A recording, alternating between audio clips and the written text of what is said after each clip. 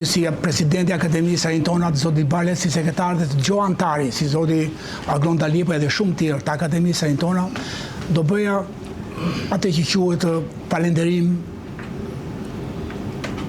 mirënjohje për kohën, angazhimin që secili nga ju, qoftë antar shoqate apo kryetari shoqate të caktuar, qoftë antari akademisë, qoftë referues dhe kumtues, një falënderim për kohën që angazhoni për të realizuar, që unë mendoj që kur nisesh për mirë, gjë gjë nis dhe bitis mirë. Dhe në këtë rast, që kjo është konferenca e tretë shkencore, ku të parën kemi bërë me një profesor Vullnet Gjango, që solli në vëmendje ABC-n shqiptare të viteve të mes shekullit 1761 nga Grigor Voskopojari. Konferencën e dytë e kryem në 17 janar në vigjilje, urdhoni. Konferencën e dytë e kryem pikërisht në këtë sallë në vigjilje të përvjetorit të Gjergj Kastriotit, ku me cilën kemi dalë me një rezolut për veprën, për bemat e Gjergj Kastriotit, ku i drejtohemi pikërisht të institucioneve kyçe të vendit që të marrë parasysh disa nga konkluzionet dhe përfundimet që dolen në atë konferencë. Dhe brenda vitit, kjo është konferenca e tretë shkencore që po bëjmë, ndërkohë që konferenca e katërt do jetë ardhja e Qerem Zenelet, profesorit të madh, që ka sjell atë që quhet Arkiv Vjene në çdo vepër apo studim që ne mund ta kemi para vetes për të kryer studimet më teshme, dhe konferenca e pestë do jetë qershor shtator, që ka të bëj me atë që vërtet zoti Dalipa apo zoti Bale dhe shumë tjerë gjuhëtar, që ABC-ja për cilën ne jemi mësuar, që është ABC greke, në fakt janë gjetur shtylla, pllaka, gure që lexohen me ABC-n shqipe sikur është sot. Këtë ka bërë profesor Luzim Skaqi, po do ta themi në referatin e vet ai, dhe do doja të falenderoja në emrin tuaj, jo në më shumë se sa politikan, zotin Bujar Leskaj, që e ndaron këtë tavolinë si njeri i letrave, njeri i librave, njeri i kulturës, dhe në përshëndetjen e vet, sigurisht ai ka përgatitur diçka të tillë për të përshëndetur edhe të pranishmit, edhe akademin, po edhe gjithë ju shoqata që jeni pjesëmarrës. Kështu që unë këto kisha për momentin si fillim, do doja të jepja fjalën për të filluar në mënyrë edhe rigoroze, po edhe me tolerancë së lehtësu, sepse ka një dy persona që kanë ardhur rishtas dhe kërkojnë dhe ata fjalë, po do të gjejmë mirë kuptimin. Vjet fjala tolerancë, së lejon gjuhëtarit që kemi këtu afër, të le të rrosh. Pra, e le të kuptosh, e le të ri, e le ta mendosh tjetër.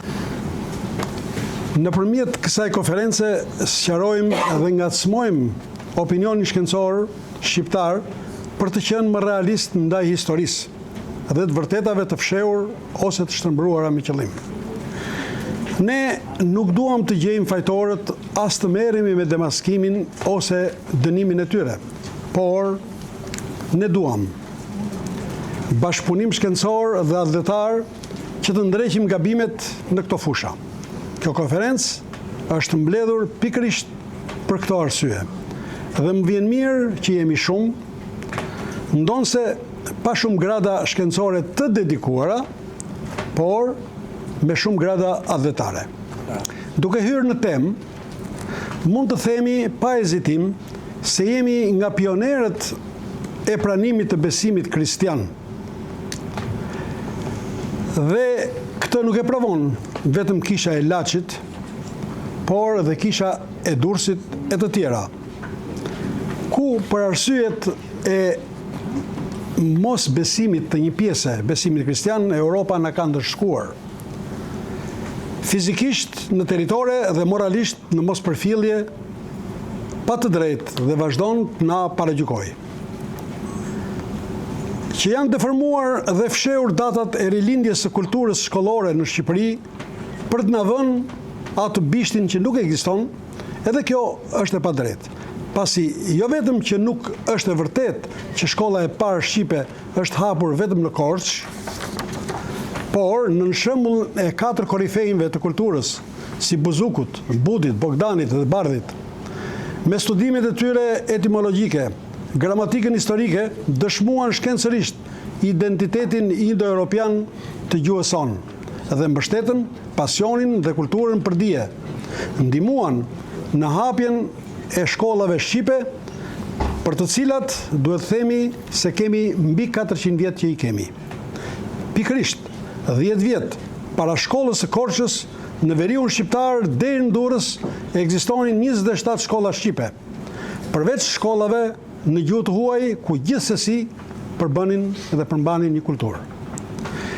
Risia e kësaj konference është fakti që një nga shkollat e para që përmendet në arkivat e Vatikanit është formuar në vitin 1123, e cila parakalon jo vetëm kulturën e shkollave ballkanike, por rivalizon me atë europiane.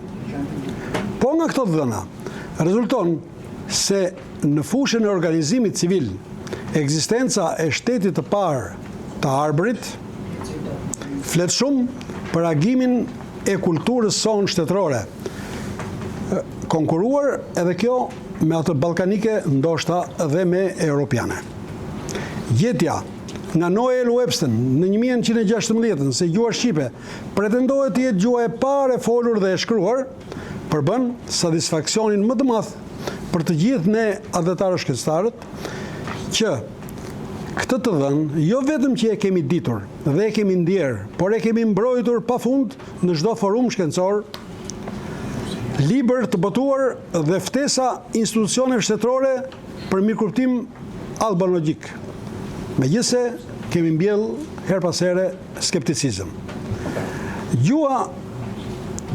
Pasi gjuha shqipe, siç e dim të gjithë, është e vërteta jonë më e qëndrueshme. Në kontekstin e gjuhës, i ftoj të gjithë gjuhëtarët, adhetarët dhe studiuesit të rishikojnë mundësinë për të zgjeruar dhe përshtatur natyrisht gjuhën shqipe, duke zgjeruar aftësinë e saj shprese në përthithjen brenda saj në mënyrën më teknike dhe shkencore të formatit të mesatarizuar të dialektit geg. Kjo jo për t'ju kundërvënë Kongresit të Drejtshkrimit, që në fakt është një arritje për kohën që u mbajt, por pasi kanë kaluar shumë vjet dhe besoj se ka nevojë për rishikime që i kërkon koha. Ju falenderoj dhe suksese në argumentimet tuaja. Akademia Alternative e Rënjë Tona përfaqëson një institucion tashmë të njohur mbar kombëtar, që nëpërmjet konferencave shkencore si sot kontribon dhe shkruan historinë e kombit, historinë e vërtet të kombit, të mohuar nga paaftësia jonë si shqiptar, po shpeshherë nga dashakejësia e qarqeve anti-shqiptare e shtrir kjo në kohë. Veprimtaria e institucionit akademik, Akademia Alternative Shkencore Rënjë Tona, në kuptimin juridik ose të atij të specializuar, ka qenë e përqendruar në fushat si historiografia, gjuhësia, etnokulturë, ekonomia patriotike, turizëm historik, inxhinieri dhe deg të tjera që lidhen me shkencën e albanologjisë dhe jo vetëm, me qëllim informimin dhe vënje në dispozicion të publikut të gjerë vendase të huaj dhe të organeve të pushtetit qendror e vendor, studime, projekte dhe konsulta në fushat e mësipërme që duhet të shërbejnë atyre për të hartuar programe të caktuar. Akademia Rënjë Tona si institucion i specializuar ose departamentet e saj e të organizuar në nivel akademie alternative ka sjell fakte dhe interpretime se si mund të ndihmoj historia për të siguruar lirinë e vërtet të mendimit dhe të shprehjes dhe se si të bëhemi pjesë dinjitoze e komunitetit vleror që quhet Europë. Akademia, si institucion i specializuar me departamentet e saj, ka nxitur iniciativa për probleme në fushat e historisë, kulturës, si dhe përfaqësimit si institucion i specializuar, duke pasur në përbërje të vet ekspert, historian, arkeolog, gjuhëtar, etnokulturor, ekonomist, inxhinier të interesave të qytetarëve për këto çështje në proceset vendimarrëse dhe në instancat gjyqësore në mbrojtje të interesit publik e kombëtar në dobi të shkollave të arsimit, metodave studimore, duke ringritur debatin e munguar shkencor në këto fusha për zbulimin e së vërtetës.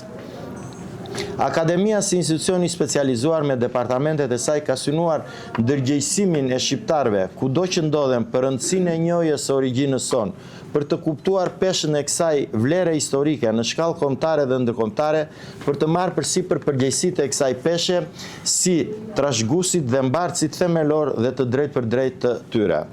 Për sa më sipër, institucioni ka synuar rritjen e vetdijes së shqiptarëve mbi rëndësinë e njohjes së lidhjeve të historisë së tyre me kulturë e popujve të tjerë të antikitetit. Ndaj përkushtimi i këtyre studiusve, veprimtarëve të Akademisë rrënjë tona, ka synuar gjithashtu edhe në edukimin, sensibilizimin dhe nxitjen e kërkimeve dhe studimeve në fushat që përfshin shkenca e albanologjisë, si dhe pasqyrimin dhe trajtimet mbi kombin ton që nga para antikiteti deri në ditët e sotme në media dhe shoqatat mbar shqiptare. Ju të nderuar profesor dhe veprimtar, drejtuesit e Akademisë, profesor Pinguli, profesor Guri, zoti Bala, studiusi, zoti Dalipi e të tjerë, mua personalisht si bujar më kujtoni një shprehje të madhit apostullit të shqiptarizmës Mitat Frashëri në dekalogun e tij moral, jo dekalogun politik, se s'bëm politik këtu, që thot në punë kije për nder dhe lavdi të jesh shërbestar. Ju jeni vërtet shërbestar të kombit, shërbestar të vendit, shërbestar të Shqipërisë. Akademia ka mundur me vështirësitë e veta të gjitha aspekteve të realizojë bashkëpunimin me institucione akademike shqiptare dhe të huaja, duke shfrytëzuar metodën e munguar atë të debatit të hapur mbi disa nga tezat që janë në përdorim në shkencën albanologjike dhe prurjet e reja të studiusve profesionist dhe ata studius që janë provuar në këto 30 vite që i kanë shkelur, i kanë sfiduar dhe i kanë mundur dogmat e ndryshme. Do ta mbyll këtë përshëndetje modeste duke ritheksuar privilegjin që mu bë nga drejtuesit e Akademisë me mësimin e madh të rilindas dhe dritë e diturisë përpara do të na shpjerë. Faleminderit profesor Pingulli, faleminderit Sajta. Kanë arritur në standarde të larta të zhvillimit ekonomik e shoqëror. Tashmë është vërtetuar se Shqipëria është e bartës e krishtërimit dhe Iliriku mbetet rajoni ku besimi i ri i asaj kohe gjeti mbështetje dhe përhapje të gjerë në shumë vendbanime evropiane, nga Balltiku e deri në fundin e Gadishullit me të njëjtin emër. Sot është bërë fakt i padiskutueshëm vendi që zë Shqipja, një në 3 gjuhët më të vjetra të planetit Tokë, e mbase e para në botë, në rajon e më gjerë, sa i përket lashtësisë dhe veçanërisht të kohës kur kjo gjuhë hyjnore është shkruar dhe ka përhapur dije në të gjitha fushat. Me këte kontribut të jashtëzakonshëm e mira vjeçar, gjuha jonë e shkruar ka ndikuar në zgjimin e popujve dhe përhapjen e diturisë të kulturës në shumë vende që sot krenohen me arritjet kulturore e shkencore në kontinentin evropian. Jam krenuar kur kam lexuar për herë të parë që mbi shkrimet e Truskën në Itali marrin kuptim mendimin e gjuhës shqipe. Jam emocionuar kur lexova një analizë të një historianit Sardenjës për librin Sardët kanë folur shqip. Jam gëzuar shumë ku kam mësuar se mbi shkrimi i Gurit Lemnosit në Greqi nuk ka nevojë për përkthim, por merr kuptim të vërtet mendimin e gjuhës hyjnore shqipe. Kam një vërejtje për kohën e krijimit të shtetit parë në trojet e të parëve tanë. Për ditë më shumë po dalin dritë fakte që vërtetojnë se ilirët nuk kanë qenë fise, siç disa vazhdojnë edhe sot të trumbetojnë. Shoqëria ilire ka qenë e mirë organizuar, e qytetëruar dhe emancipuar. Ilirët edhe para erës së re kishin shtetet e tyre të fuqishme me të cilat i bën ballë pushtimeve të huaja të kohës. Pra, themelet e shtetformimit duhet t'i kërkojmë shumë më herët se viti i largët 1190, viti i shtetit Arbërit. Duke vlerësuar veprimtarinë e rrënjve tona, në vitin e largët 2021 i kam dhuruar trungun gjenealogjik të familjes Skënderbeu, të cilën drejtuesit e kësaj akademie e publikuan në një simpozium të atyre viteve, dhe për këtë i falënderoj. Me vlerësimin më të lartë edhe sot për punën e tyre adhetare shkencore, i ftoj disa nga veprimtarët e saj në Kuvendin Kombëtar Shqiptar të 2 maj 2026. Gjithashtu, ftoj drejtuesit e Akademisë të Rënjët tona të bëhen bashk organizator të veprimtarisë shkencore me titullin Kapedanët e Revolucionit Shqiptar të vitit 1821. Ju falenderit e suksese. Mirja pisë tu, bashkë me ju. Mirë si ju gjeta gjithve. Kam shumë emocion këj moment. Do të thomë që jam pa fjallë.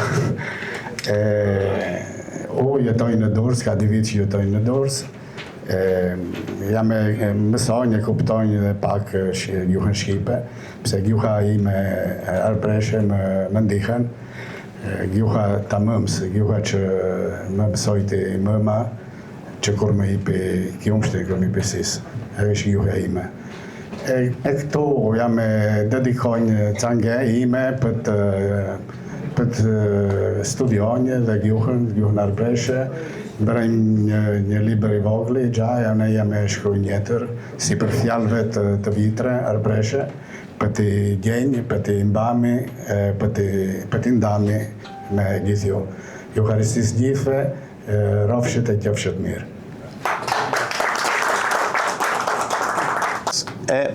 Perëndërisë Ramazanit lindjes, se kështu ndaj kufiri për drinit zi.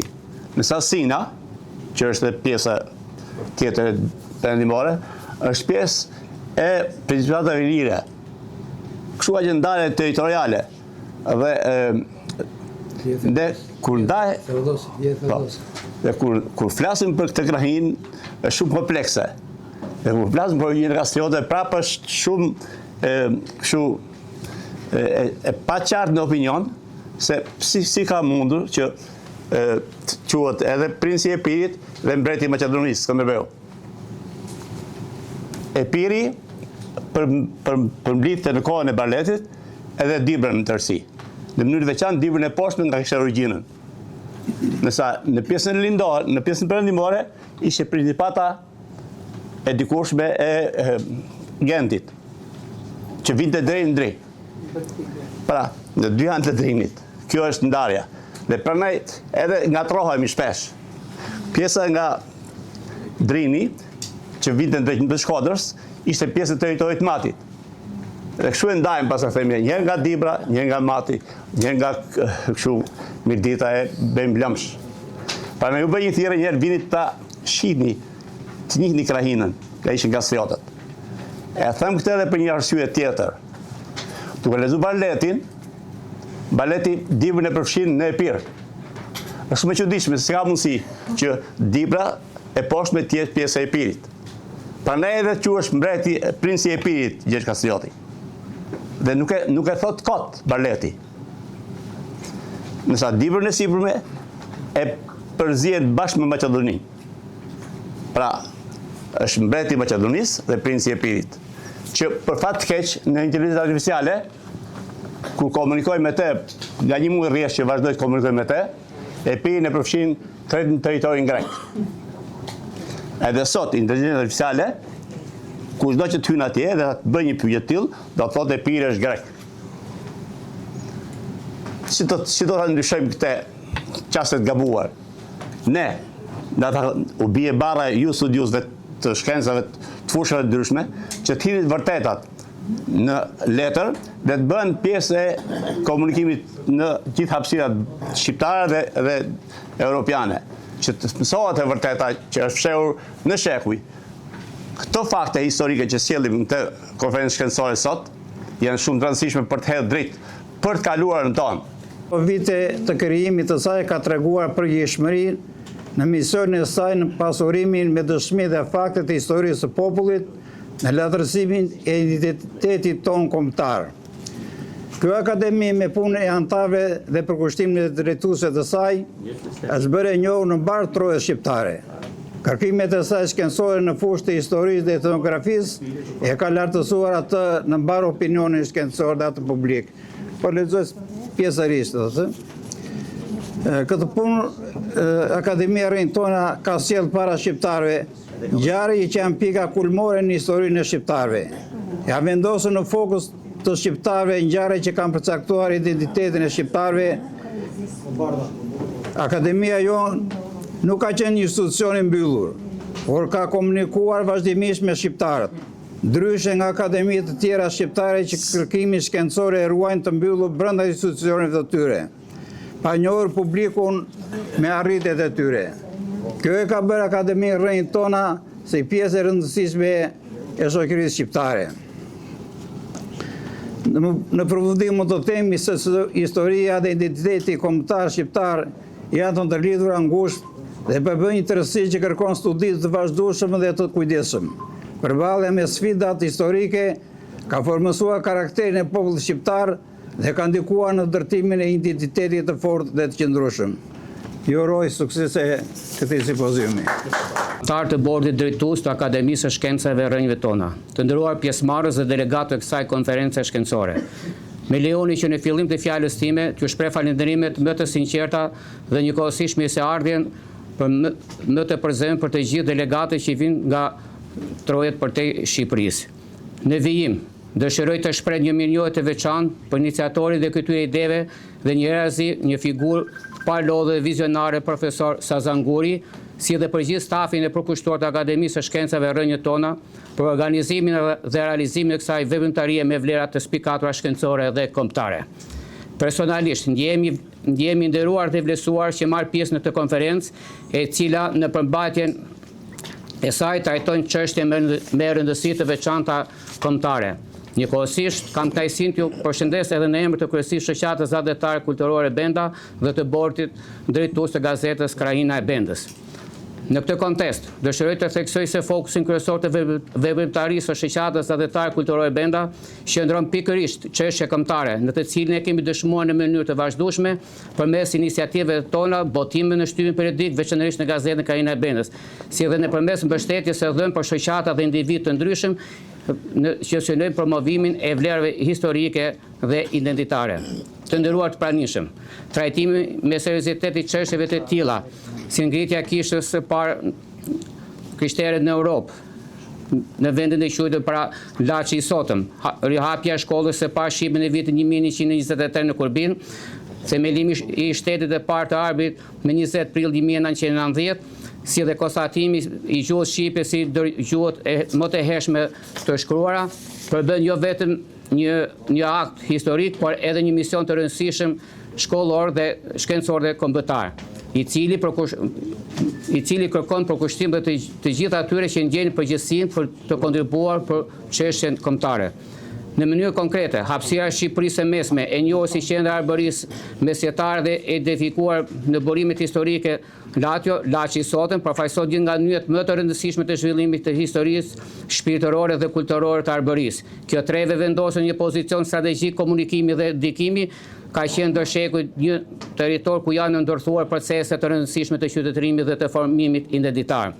Kjo konferencë trajton 4 çështje me interes të veçantë historik të lirë ngushtë, me trajtimin, burimet arkivore dhe interpretimin e studimeve në mbi rolin e treve të historisë së hershme në Europë. Duke qenë se trajtimi i detajuar i fakteve dhe të dhënave konkrete është objekt i kontestave të cilat janë paraqitur tashmë në Akademinë e Shkencave në Rrënjë Tona, unë do të shfrytëzoj vetëm një fjalë përshëndetse për të shprehur mbështetjen time të plotë ndaj punimit të kësaj konference dhe rezolutës që pritet të dalë prej saj.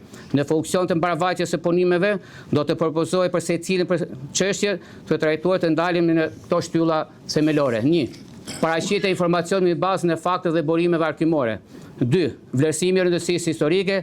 3. Analiza e rolit të procesit shtetformimit. 4. Ndikimi i formimit identitar kombëtar. 5. Formulimi i mesazhe dhe rekomandime përkatëse, pra rezoluta. Në përfundim të 4 çështje që po trajtojmë në këtë konferencë, dëshiroj të për rëndësinë e veçantë historike të treve së Kurbimit dhe të Laçit në kontekstin historisë së Shqipërisë, ato përfaqësojnë fusha kërkimi që kërkojnë studime të thella në qasje kritike dhe një bashkëpunim të gjerë ndërdisciplinor. Trajtimi i tyre duhet të mbështeten mbi analizat e mirëfirta shkencore, duke harmonizuar trashëgiminë e traditës me kërkesat rigoroze dhe metodologjinë bashkëkohore. Për këtë unë propozoj disa rekomandime të veçanta. Për Akademinë e Shkencave, 1. Të nxjisë kërkime të thelluara dhe projekte shkencore mbi këto çështje. 2. Të forcojë bashkëpunimin me arkivat dhe institucionet ndërkombëtare. Për qeverinë dhe institucionet, të mbështesë financiarisht kërkimin historik dhe arkeologjik. Të promovoj trashëgimin kulturor si pasuri kombëtare. Për shoqërinë civile, 1. Të kontribuojë në ruajtje dhe promovimin e vlera historike, të rrisë ndërgjegjësimin publik mbi rëndësinë e trashëgimisë kulturore. Për brezin e ri, të njohë histori me mendimin kritik dhe qasje shkencore, të ruajë dhe të kultivojë gjuhën dhe identitetin kombëtar. Të nderuar pjesëmarrës, sot në referatin tonë do të ndalemi në 5 pika kryesore.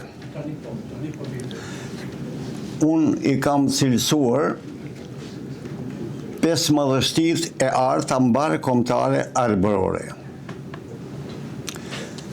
të cilat janë ardhja e klerit katolik në Arbër viti 1050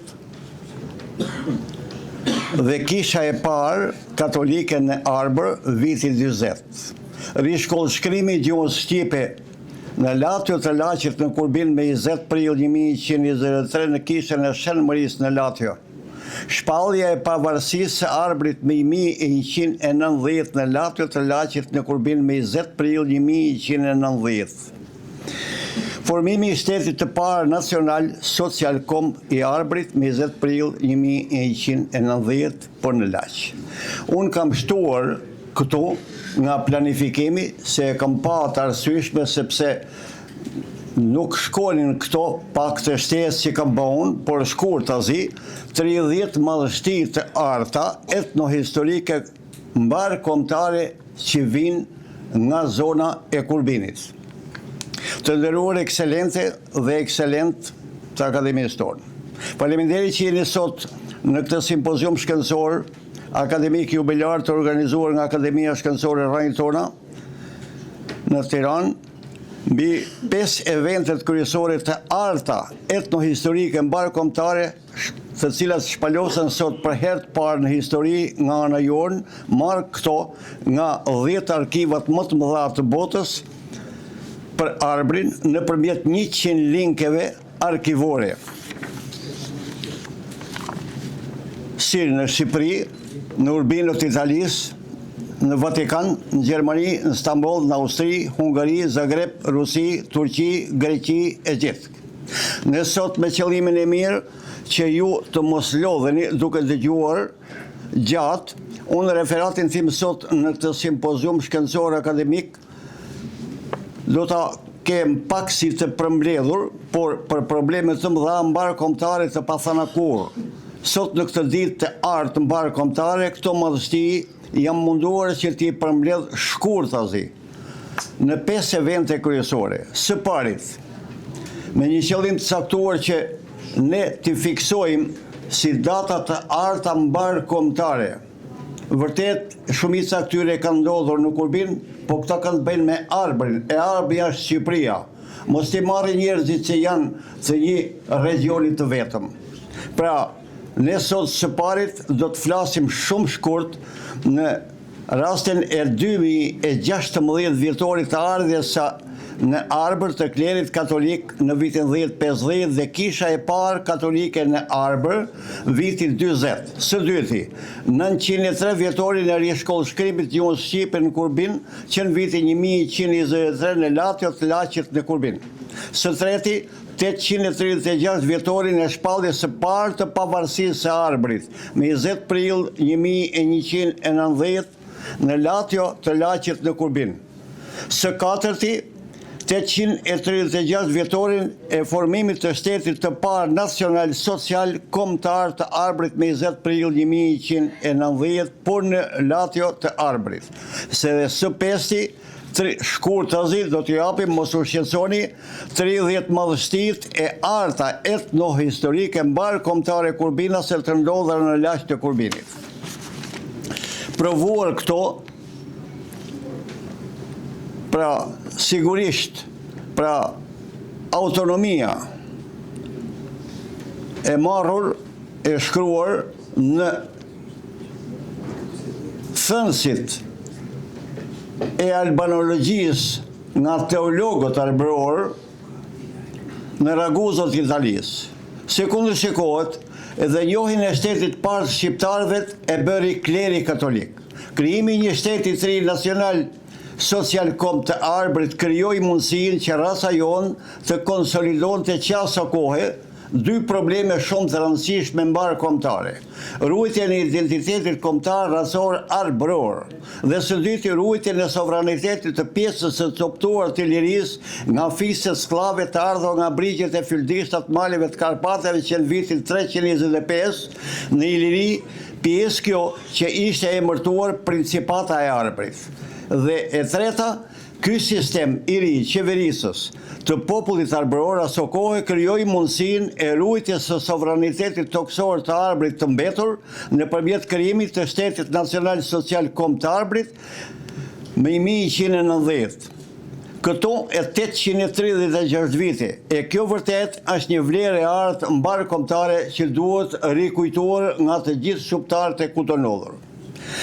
Fakti është se për 82 vitet qeverisës arbrore nga ky shtet i ri, gjendja social mbar kombëtare ashtu edhe ajo demografike sociale ndryshoi pozitivisht në rritje dhe u ruajt i paprekur sovraniteti dhe identiteti mbar kombëtar i Arbrit.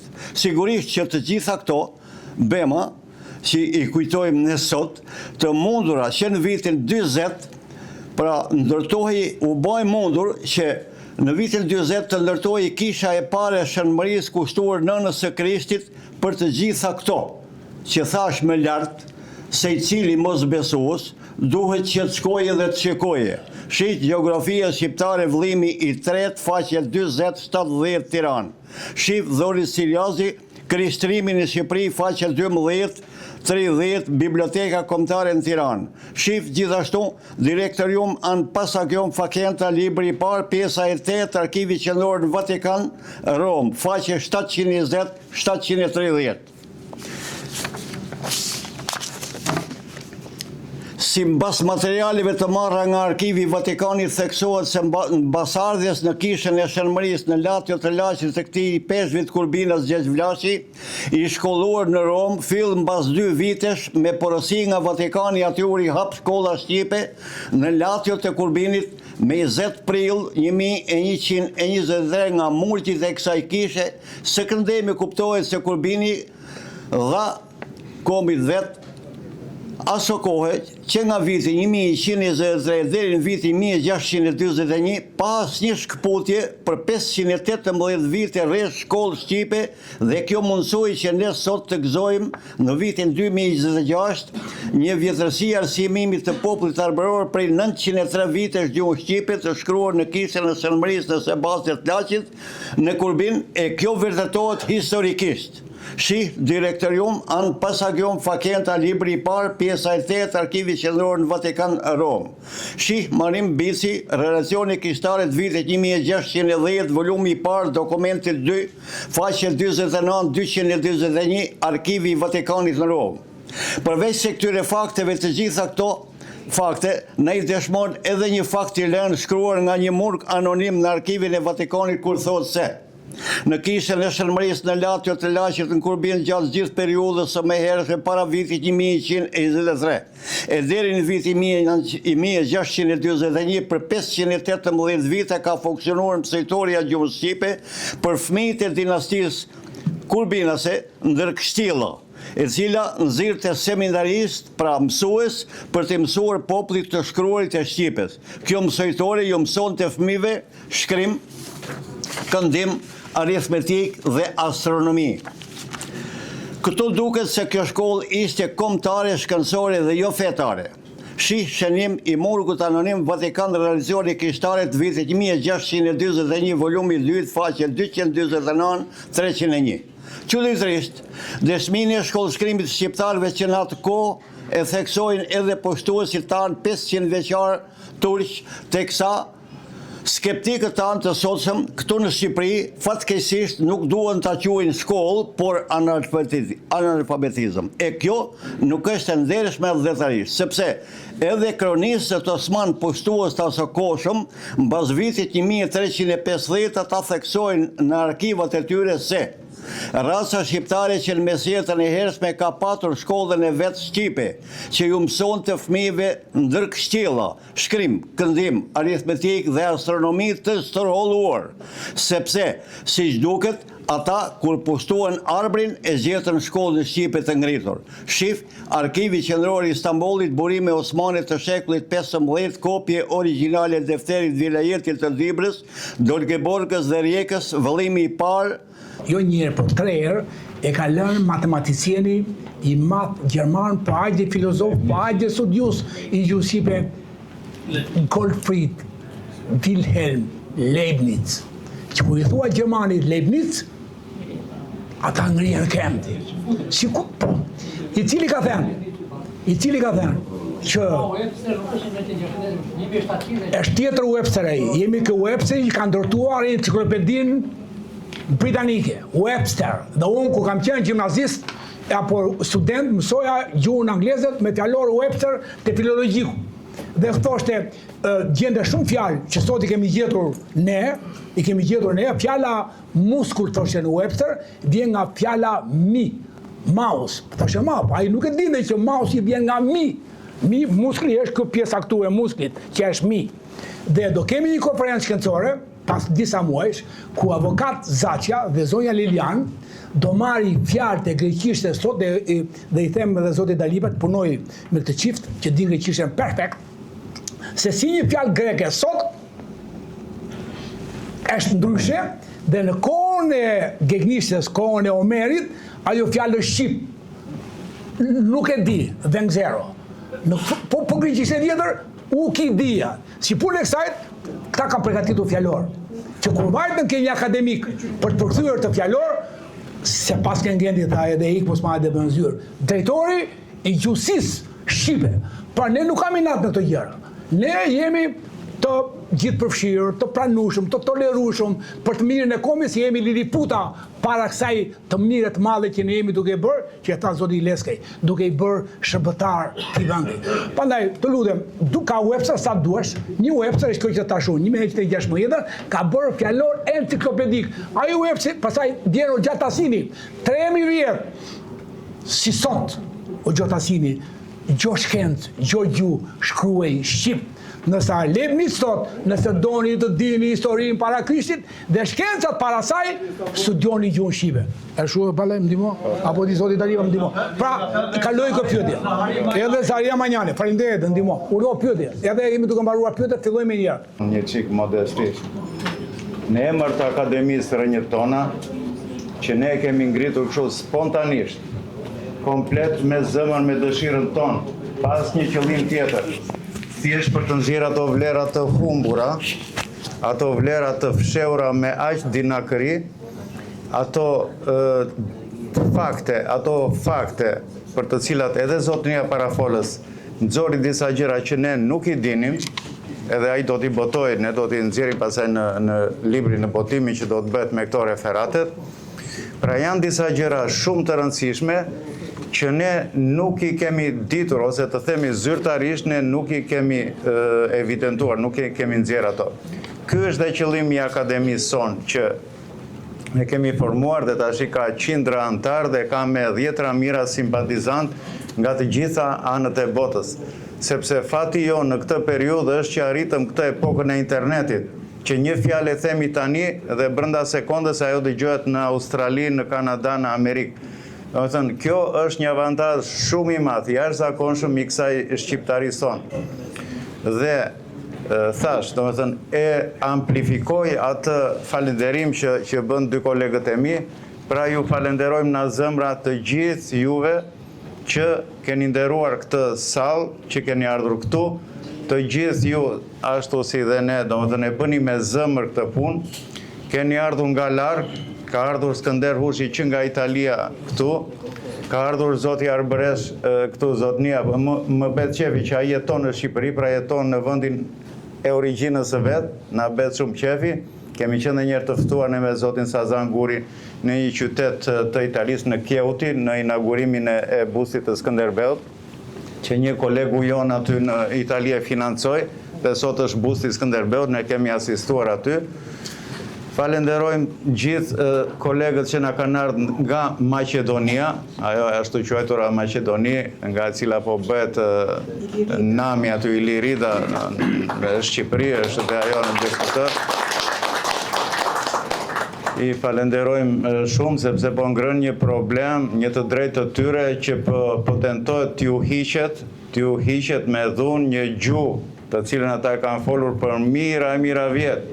Një gjuhë që nderojnë profesorët dhe akademit më të mira të botës, po tentohet që të hiqet ajo, sepse kjo ka shumë prapavija pasaj, duke u hequr gjuha shqipe, hiqet identiteti tyre, spostohen ata nga jeta politike, nga jeta shoqërore, avash kur ikën gjuha, ikën identiteti, ikën të gjitha me radhë pasaj.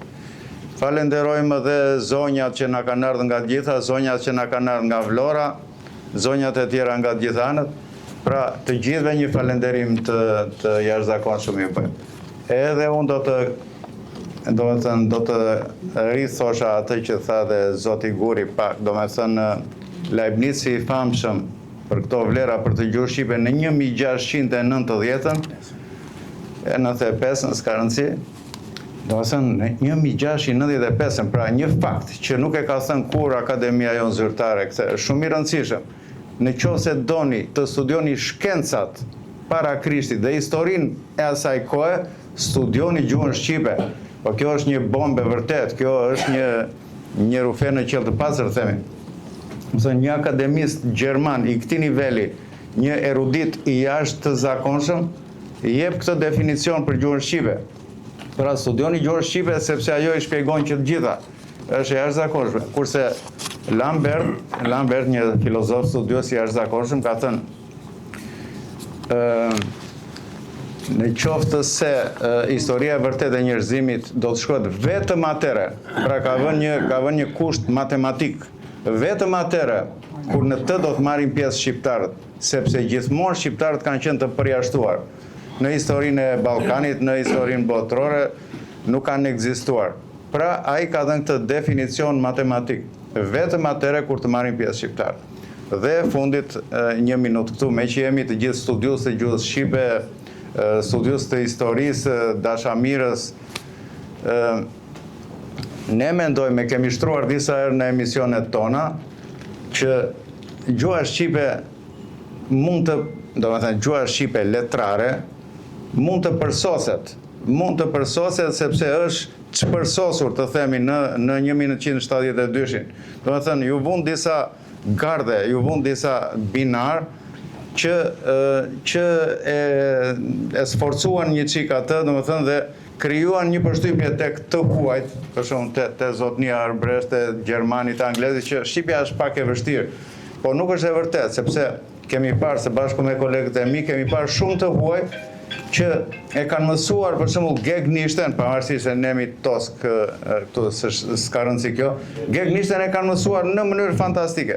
Dhe prandaj ne themi të bëjmë një platformë gjithë gjuhëtarët tanë, zoti Dalipaj, zoti Uruçi, do i themi zotit Primož Llaku, të gjithë kush është specialisti i gjuhës, të bëjmë një platformë dhe të stimulojmë një kongres të ri të gjuhës për një përsosje të gjuhës zoti Dalipaj, për një amorbidim, për një, do me thënë, ne bëjmë tonën, pavarësisht gjejmë mbështetje në oficiale atje në zyrtare, po ne do bëjmë propozimin ton. Pse? Sepse gjuha nuk është pronë vetëm i 5 vetave atje, apo si dhe gabimisht në njëra Gronda Lipa atje e thosht që ne që kemi mbaruar gjuletërsi, kështu e kjo. Gjuha është pronë e të gjithve, edhe inxhinierave si Sazan Guli e kështu, se bëjqa kagone. Do me thënë, të gjithë duhet të japim një platformë, duhet të mendojmë për një platformë të përsoset, e cila nuk është se jepet njerë, po do përsoset na java në jave, kështu, që të stimulojmë një kongres, që të bëjmë propozimin tonë për këtë, do me thënë, ndërthurjen me gegnishten, e cila është përjashtuar, gegnishten me toskrishten, të dali një gjuhë sa me thjeshtë. Mos të iki ajo paskajorja që na ka ikur në zhdukur. Mos të ikin shumë fjalë të thjeshta një rrokshe të gegnishtes që janë zhdukur. Do të thënë, ky është edhe një nga qëllimet e kësaj konference që bëjmë. Gjuha është shpata e një kombi për të realizuar ekzistencën e vetë në hapësirën e planetit edhe mes kombeve të tjera. Ne dim që shumë kombe kanë humbur pikërisht sepse kanë humbur gjuhën e tyre. Gjithashtu jam me fat që jam këtu që është dhe Zoti Leskaj, sepse ai e vlerëson shumë punën tonë dhe ka ardhur shpesh në takimet tona dhe në të ardhmen ai mund të bëhet prap Ministri i Kulturës dhe mund të na ndihmë më shumë. Kur nuk thuhet kur.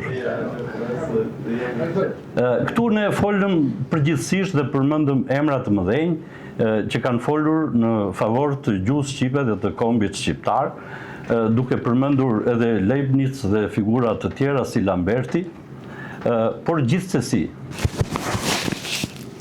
veprat që kanë më shumë peshë janë veprat shkencore, siç e përmendi edhe Zoti Leshi këtu, që mbajti një referat shumë të mirë dhe me shumë vlerë dhe e falenderoj. Dhe ajo që ngelet janë veprat e vërteta shkencore që janë bërë për gjuhën shqipe. Këtu sapo më mori pak më parë telefon Niko Stilos dhe nuk ju përgjigja. Dot sepse jemi në konferencë.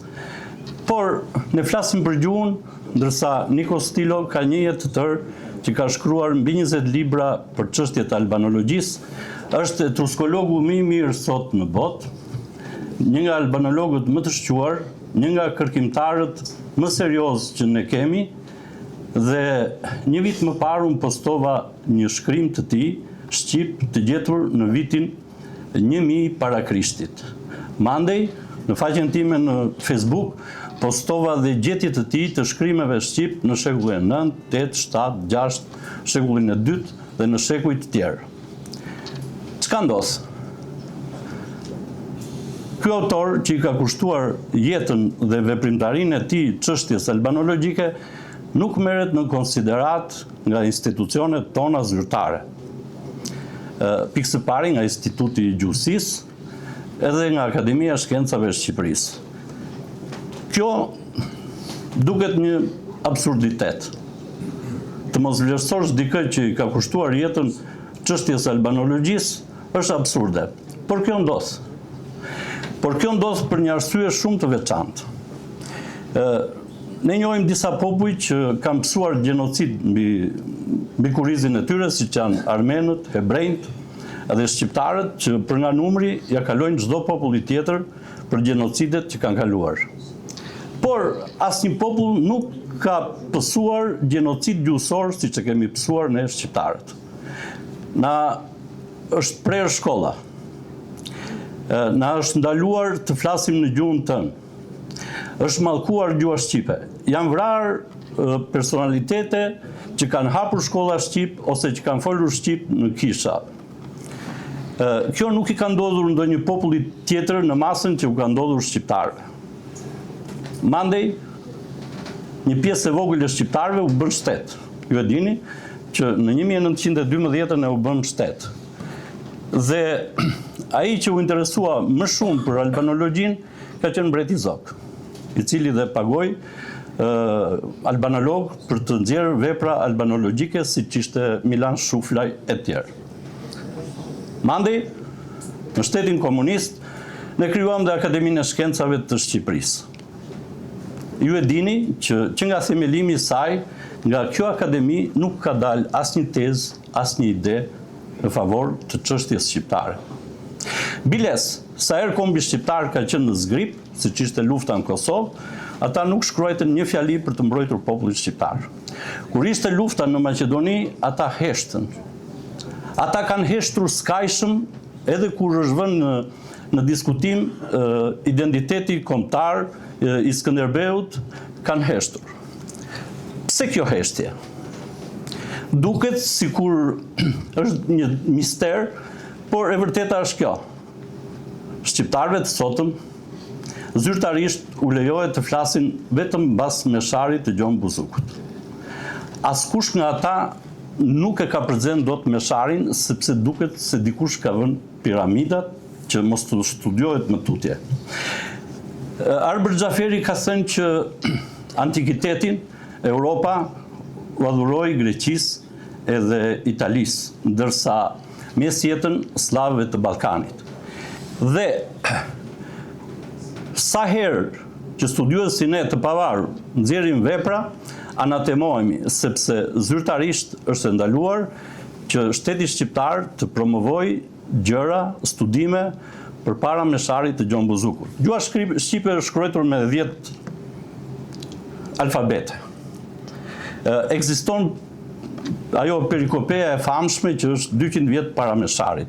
Vetëm se është shkruar me atë që quhen alfabet grek, por në fakt kur lexohet në shqip nuk pranohet si shkrim shqip. Përpara kësaj ka vepra të tjera. Në asnjë rast Instituti i Gjuhësisë nuk ka harxuar asnjë cent për të bërë studime për të gjetur shkrime të vjetra shqip. Ju e dini fare mirë që para Akademisë Shkencave janë 2 buste. Njëri është i Qerem Çabejt dhe tjetri është i atij, si quhet, Alex Buda. Sa ishte gjallë Alex Buda nuk shkruajti asnjë vepër, asnjë libër. Në fakt, ai ka vepër, ka qenë kryecensori i shkencës albanologjisë. Asgjë nuk kalonte poshtë hundës tij. Prandaj, ky sistem që kemi sot dhe ai që kemi pasur e ka nderuar me një bust. Nëse shohim bustin tjetër është Qerem Çabej. Edhe ai ka bërë një vepër etimologjike që e nxori shqipe 93% të huazuar. Pra shikojmë që nga kjo akademi zyrtare promovohen tezat slave që shqiptarët nuk kanë gjuhë të tyre. Janë të ardhur. Dhe çdo tezë tjetër slave e mirëfillt dhe luftohet me konsekuencë çdo ide që vërteton që populli shqiptar është nga populli më të vjetër me gjuhën më të vjetër në botë. Ju e dini shprehjen e famshme Eureka. E di gjithë bota. Do të thotë e pash, e gjeta. Në greqistën e vjetër kjo është Evreka, që do të thotë E-V-R-E-K. K-E-V-R-E. Unë jam gjuhëtar dhe etimolog. Dhe unë jam autori një teorie që quhet teoria e mbrëmërfemave. Kam bërë 2 vëllime për etimologjinë e greqishtës dhe 2 të tjera për latinishtën. Nga studimet e mia del që greqishtja dhe latinishtja janë të krijuar si plagjatura gjuhësore të gegnishtes. Ajo që ne i quajmë gegrishte, po t'i heqim gën del egrisht, që do të thotë gjë e egrisht, do të thotë në kuptimin e parë, por ka dhe një variant tjetër, nëse i bëjmë të dyja g, gjë del gjë e gjerisht, do të thotë gjua e gjerisht. Po ta shikojmë me kujdes. Shqiptarët e hershëm, arbanasit banojnë në Kroaci. Pastaj vim poshtë kemi në Maltzi. Pastaj kemi në atë që quhet Maqedoni, kemi në Serbi, kemi në Greqi. Pastaj kemi më poshtë akoma në Turqi, pastaj kemi në Siri, kemi në Egypt. Në kohën e Farukut mbretit Faruk ishin mbi 5 milion shqiptarë në Egypt. Pastaj kemi në vendet arabe ngulmime që nuk janë studiuar kurrë me shqiptar. Pastaj kemi në jug të Italisë, pastaj kemi në Sardenjë Arvareshu. Më thoni një kom tjetër francez, italian, gjerman, që tjetë kaq i përhapur rreth e rrotull detit Mesdhe. Nuk është rastësi, miq. Kjo tregon që ata që më përpara quheshin Arban kanë jetuar në mjafton ta bëjmë rënë del an detit Mesdhe. Nuk është rastësi që të gjitha mitologjitë etimologjikisht referojnë te gjuha shqipe. Nuk është rastësi që asnjë gjuhë tjetër përveç shqipes nuk mund të bëjë dot etimologji. Shqipja ka një veçori. Etimologon të gjitha fjalët e saj dhe etimologon dhe të gjitha fjalët e gjuhëve indoeuropiane. Mjafton të them një fjalë latine moneta, që ne i themi moneda. Gjuha emërton funksionin përgjithsisht. Kur themi ka mba, do të thot ka mban, që mban, është parafjala ka e gegnishtes edhe folja mba me mbajt. Gamba në italisht do të thot gja mba, gjë që mban. Po kur themi moneta, ne shqipe themi moneda. Çfarë funksioni ka moneda? Ka për të marrë, për të dhënë. Mjafton ta bëjmë n në r dhe nga moneda del mor e dha. Por kjo nuk është një fjalë e zakonshme. Kjo është një fjalë institucion. Kjo do të thotë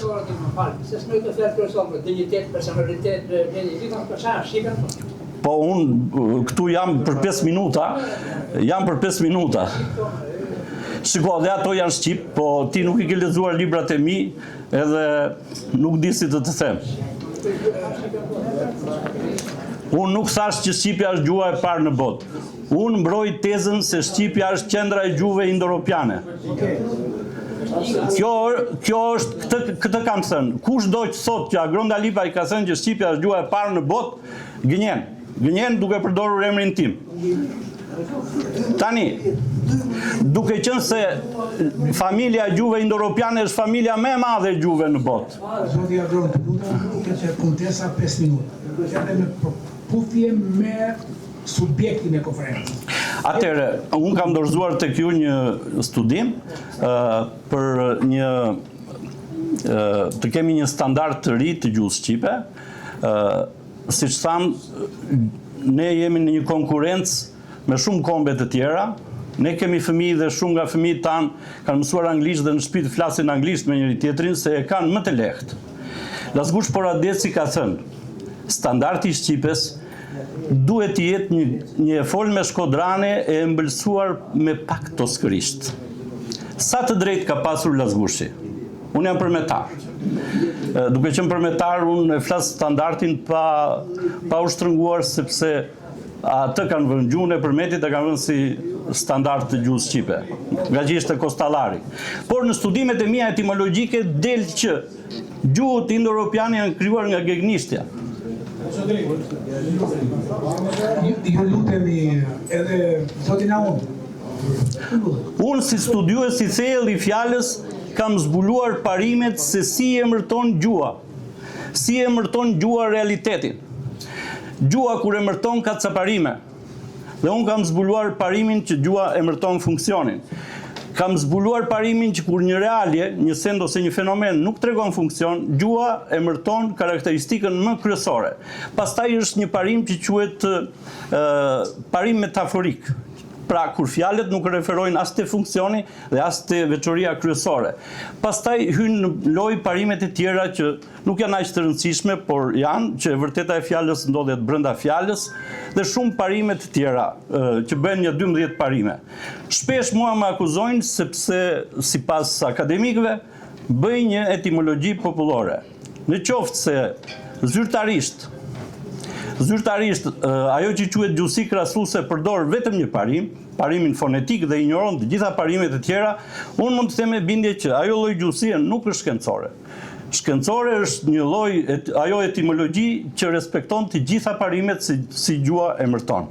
Unë ju them me bindje se edhe mbas rreth 2 muajsh del një studim I një universiteti në Australi, I cili mbështetur në veprat e mia ka krijuar një program në inteligjencën artificiale e cila do bëj atë që bëj unë mbështetur në parimet dhe në etimologjitë e mia, do të vërtetoj që Shqipja etimologon të gjitha gjuhët indo-europiane dhe është qendra e tyre.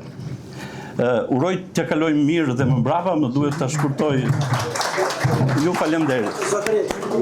Që ka bërë kur ishte gjatë. Më thuani një vepër të Alex Budës. Po. Nuk thash për Çabejn që nuk ka bërë vepra, po ka bërë vepra jo shkencore, në dëm të gjuhës shqipe. I lire. Bylisi ku parardhësi I familjes Kota, familjes time, I shekullit të 2 pas Krishtit, shqiptari Arbër I Lir Lyk Kota gdhëndi në një gur pellazgjik në gjuhën shqipe mbi shkrimin kushtuar Asklepit, perëndia e mjekësisë dhe nënshkroi Lyk Kotas, barabart gur godici, gur gdhëndsi në kuptimin e sotëm Skalici, skulptori. Foto e këtij kushtimi gjendet në Institutin Arkeologjist në Tiranë. Të nderuar, në librin tim me titull Shqiptarët me pushke e penë për gjuhën shqipe e më mëdhen, kam publikuar kontribus të formësimit të shkronjave shqipe dhe dëshmorët e gjuhës shqipe. Nuk ka asnjë popull dhe komb në botë dëshmor të gjuhës. Vetëm kombi shqiptar ka dëshmor të gjuhës shqipe. Janë mësonjës laik, klerik katolik, ortodoks e musliman, që u mësonin fëmijëve ABC të shkruanin e të lexonin në gjuhën shqipe në kthinat e shtëpive e të kulteve fetare, fshehtasi nga administrata osmane, nga institucionet fetare ortodokse e muslimane dhe nga afijet slavo-sërbë, maqedone, turkë, osmane, turaniko, bulgare e turkmeno-vlehe, bizantine, rume, rumele, romane, arumune e grekomane. Pavarësisht rreziqeve dhe ndëshkimeve, gjua shqipe u lëvrua nga gërmat shqipe u lyen me gjakun e dëshmorëve të bijave e bijve të Shqipes. Iluministët e Akademisë Shqiptare të Voskopojës ishin shkëndijat e zgjimit kombëtar të shqiptarëve. Banorëve autokton të trojeve shqiptare arbër skënderbejane, ilire, hyjnore, pellazgre, zeusiane në provincat e Pirote, Maqedone, Drumote, Arvanite. Midis tyre po përmend më të zëshmit. Krikor Voskopojari, lindi në vitin 1702 në qytetin Kala Partha, Pellazgo Ilire apo Berati, arbër shqiptar. Në vitin 1750, me kontributin material të Grigorit, u ngrit godina e shkollës shqipe e emërtuar Akademia e Re. Grigori u emërua në drejtor i Akademisë të administratorit shkronjës së parë shqiptare. Grigori u dallua si lëvrues i gjuhës shqipe, shpikës një alfabeti shqip dhe shqipërus i ungjillit. Theodor Anastas Kavalioti lindi në Voskopoj në vitin 1718, mbi bazën e njohurive mbi gjuhën shqipe, të fituar nëpërmjet librave të shkruara nga bashkëkombësit e tij. Formula e pagëzimit e shqipëruar në vitin 1462 nga Pal Ëngjëlli. Meshari Gjon Buzukut, i shkruar në gjuhën shqipe në vitin 1555, liturgjit fetare, pjesë nga ungjilli, dhjata e vjetër, dhjata e re, të shqipëruar nga priftërinë katolik e ortodoks shqiptar arbër e arbëresh, nëpërmjet fjalorëve latinisht shqip të shpikura në vitin 1592 nga Lek Matrënga, në vitin 1618 nga Pjetër Budi, në vitin 1635 nga Frank Bardhi, në vitin 1693 nga Nilo Catalana. Struktura gramatikore e gjuhës shqipe e krijuar në vitin 1710 nga Theodor Bogimili dhe alfabeteve të shpikura nga Bogimili e Grigor Berati, Voskopojari, Dursaku. Mori përsipër një mision historik që ndjente në themelin e qenies së tij shqiptare, misionin për lëvrimin e gjuhës së folur shqipe, shpikjen e shkronjave shqipe, botimin e librave fetar e shkencor me gjuhën shqipe të pellazëve hyjnor dhe deturimin e shqiptarëve. Në vitin 1750 u emërua drejtori i shkollës Akademia e Re. Në Akademinë e Re, krahas alfabetit bizantino-romaik, u fut në përdorim alfabeti i Bogimilit dhe alfabeti i Grigorit të shkruar për gjuhën shqipe. Bazuar në alfabeti origjinal të shpikur nga Bogimili, i quajtur alfabet shqip, në vitin 1762, Kavalioti përfundoi shqipërimin e dhjatës së vjetër dhe dhjatës së re. Theodor Haxhi Filipi lindi në Elbasan në vitin 1730. Në vitin 1750 u regjistruar në shkollën e Voskopojës Akademia e Re dhe mori diturinë në gjuhën shqipe nga mësonjësi shqiptar Grigor Berati e Theodor Kavalioti. Në vitin 1754, Todri mbaroi studimet dhe u emërua mësues në shkollën bizantine romaike të Elbasanit, për të thënë uratat në gjuhën shqipe.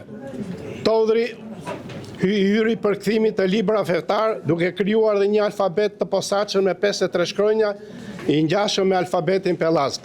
Në vitin 1805, Patrikana Ekumenike, që ishte kundër gjuhës shqipe, e mbështetur nga administrata osmane dhe mercenarë shqiptar të shkarë në Bizantin, Rum, Bulgar e Vleh, organizoi vrasjen e Daskal Todrit. Naum Panajot Haxhi Bredhi Veqilargji lindi në vitin 1797 në Vitkuq të Korçës. Në vitin 1814 vendoset në Voskopojën e djegur 2 herë. Në vitin 1769 dhe 1789 nga element armatosu slav, bizantin, rum, bulgar e Vleh dhe nisi studimet në Akademinë e rindërtuar nga shqiptari Daniel Voskopojari. Në vitin 1821, Naumi mori pjesë në kryengritjen anti-osmane e shpërthyer në lukinën danubiane, Dakia Pellazgë e Ilire e quajtur Valakia. e cila dështoi dhe shqiptarët u keqtrajtuan nga administrata osmane dhe mercenar slav e Turkmenovle. Më thënë se me të drejtë zoti Sezan e tha, pra kemi një situatë të tillë. Në Kongresin e Manastirit, Komisioni i Gjuhës drejtohej nga i madhi Gjergj Fishta.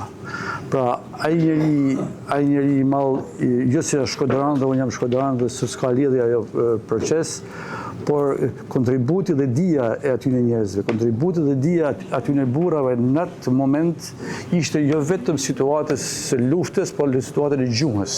Pra, kemi një përpjekje të zgjimit të çështës kombëtare në Komitetin e Stambollit, siç e tharë dhe parafolsit, por mas 1900-s, mas lëvizjes së PE-s, si përsëri si rrjedhjes së Prizrenit, ne kemi mundur ta botojmë atë proces.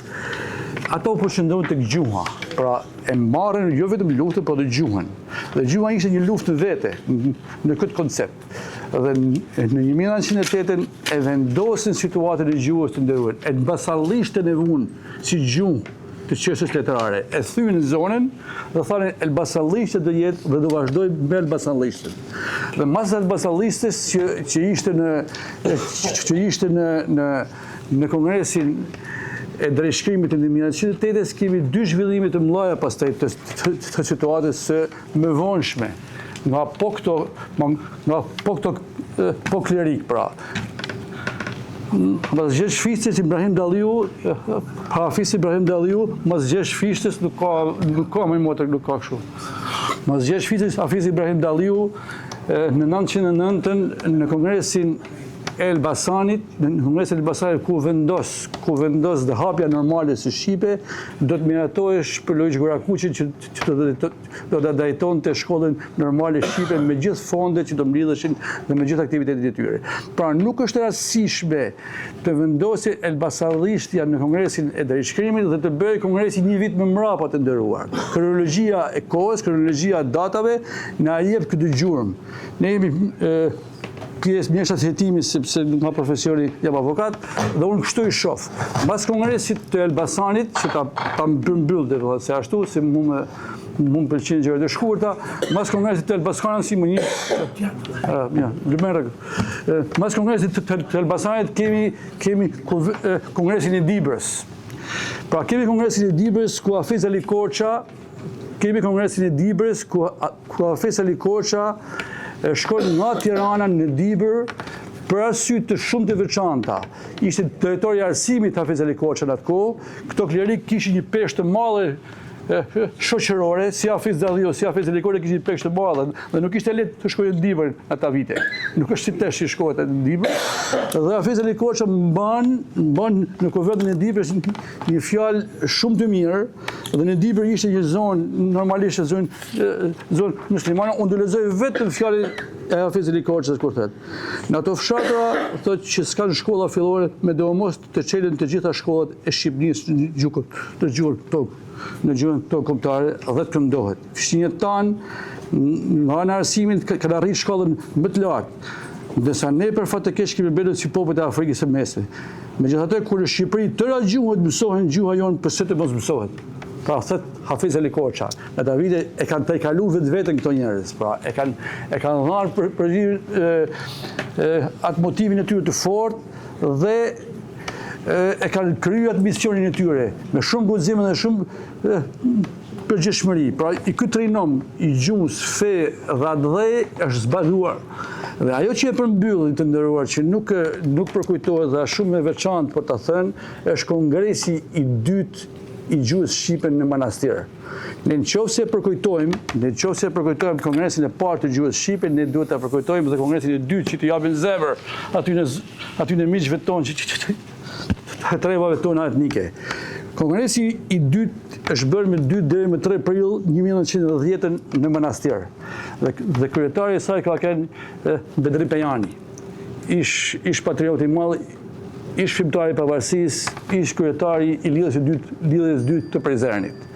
Këto gjëra nuk e di, duhet rrinë të lidhura në mënyrë kronologjike, sepse aq më tepër sa ti mbajmë në rrugë kronologjike dhe të kemi një fazë është më efikase sepse të merrem me punën e arbëjt. Dakor, ja shumë vërtet, shumë kohë që dëgjojmë të gjithë. Por këto janë me të ngjeshura dhe për brezat që janë tashti kemi me të lehtë dhe edhe memoria jonë na bën kam përshtypjen me dobi në çështën kombëtare këto gjëra që sikurte sepse i kanë mbëshërur komunizmi këto punë.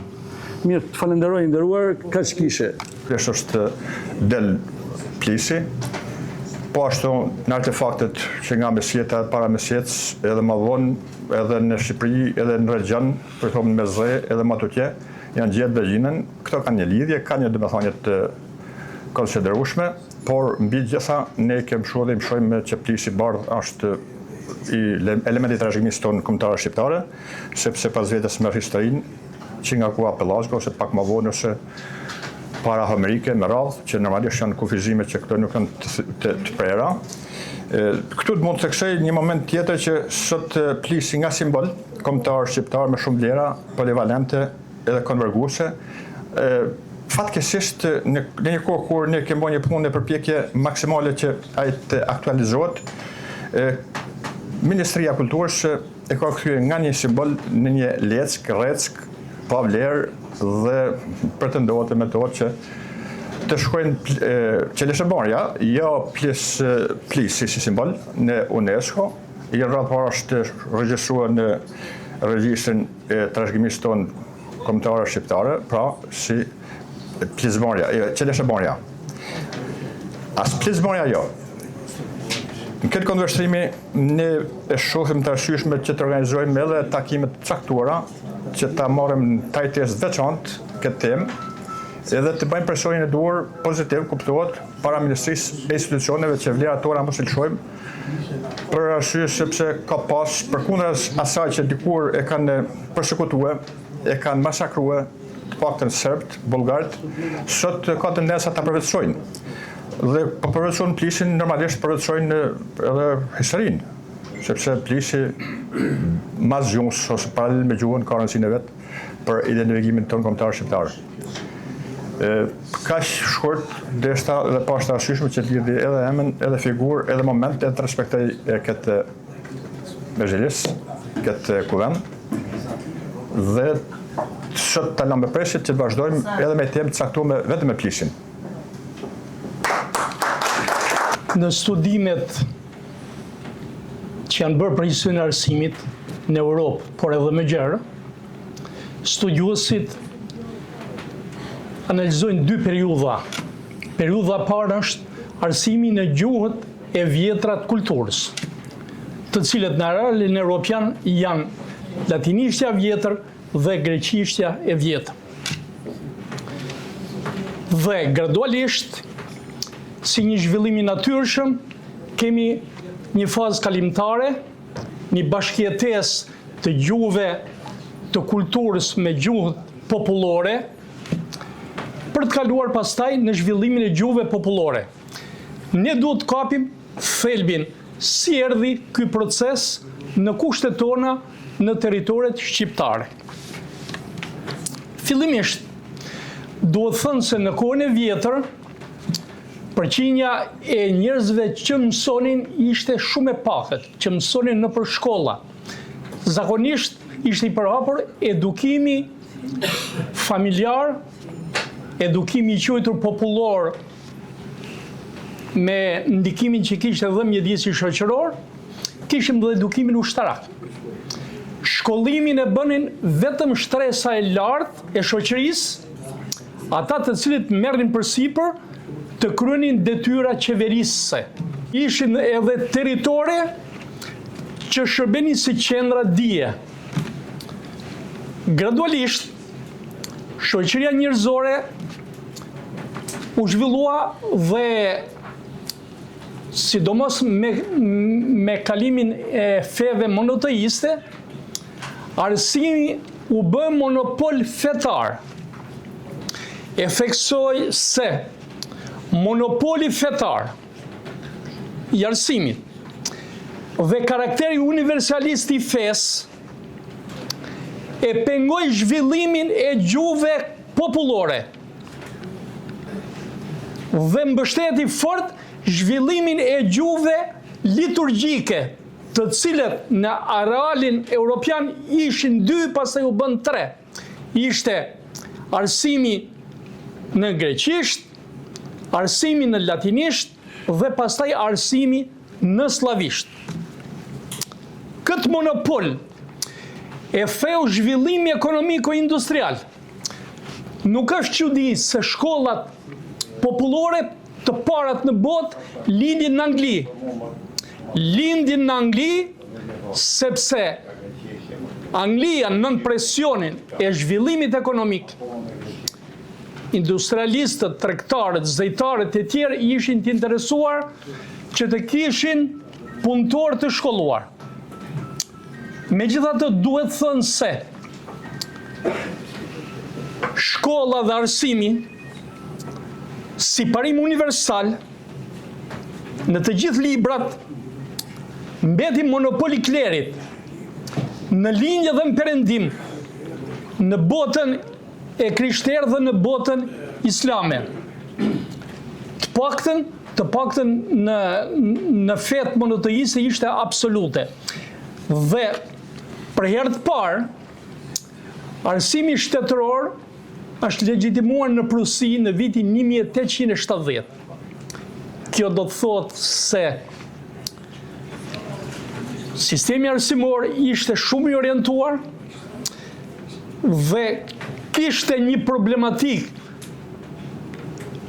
për të kaluar në gjuhët popullore, duheshin patjetër vendime të klerit. Prandaj edhe zhvillimi i Shqipës është kushtëzuar nga rrymat e mëdha të mendimit njerëzor, që është rilindja dhe reforma. Me rilindjen lindi liberalizimi i arsimit dhe për të dogmave u fut në për shkolla dhe shkenca. Kisha u detyrua ta pranoj të vërtetën e shkencës si një mjet njims për të kuptuar më mirë krijuesin. Ndërsa me reformën u bë revolucioni më i madh, reforma dhe shtypshkronja sollën gjuhët popullore dhe arsimin popullor. Këto janë rrugët, kjo është vetëm rrugë ku ka kaluar arsimi botëror dhe ne nuk mund të bënim dot asnjë përjashtim. Duhet thënë se që nga fillimi i mesjetës, gjuha latine gradualisht kaloi vetëm si gjuhë e elitave dhe nuk kuptohej nga banorët. Në këto kushte, gjithmonë gjuhët popullore kanë shërbyer si gjuhë ndërmjetëse, ndihmëse, dhe gjuha jonë shqipe nuk ka bërë përjashtim nga ky proces.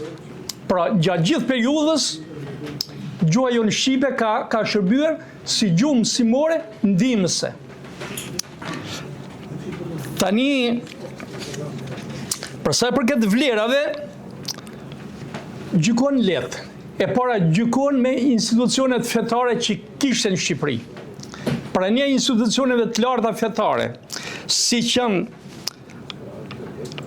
krye peshkopatat e Justinana Primës, të Ohrit, pastaj edhe të Durrësit, të cilët kishin një numër shumë të madh peshkopatash në varësi. Nikosisht jam shu pikërisht në fakte dhe fotografi që i kanë mbledh në territorin e Vushtrës. Praktikisht në territorin e Samadregjës, me Samadregjës edhe të Celis. Dy fshatra që e kanë përbashkët një kështjell. Ajo kështjell është e periudhave të lashta, natyrisht edhe romake.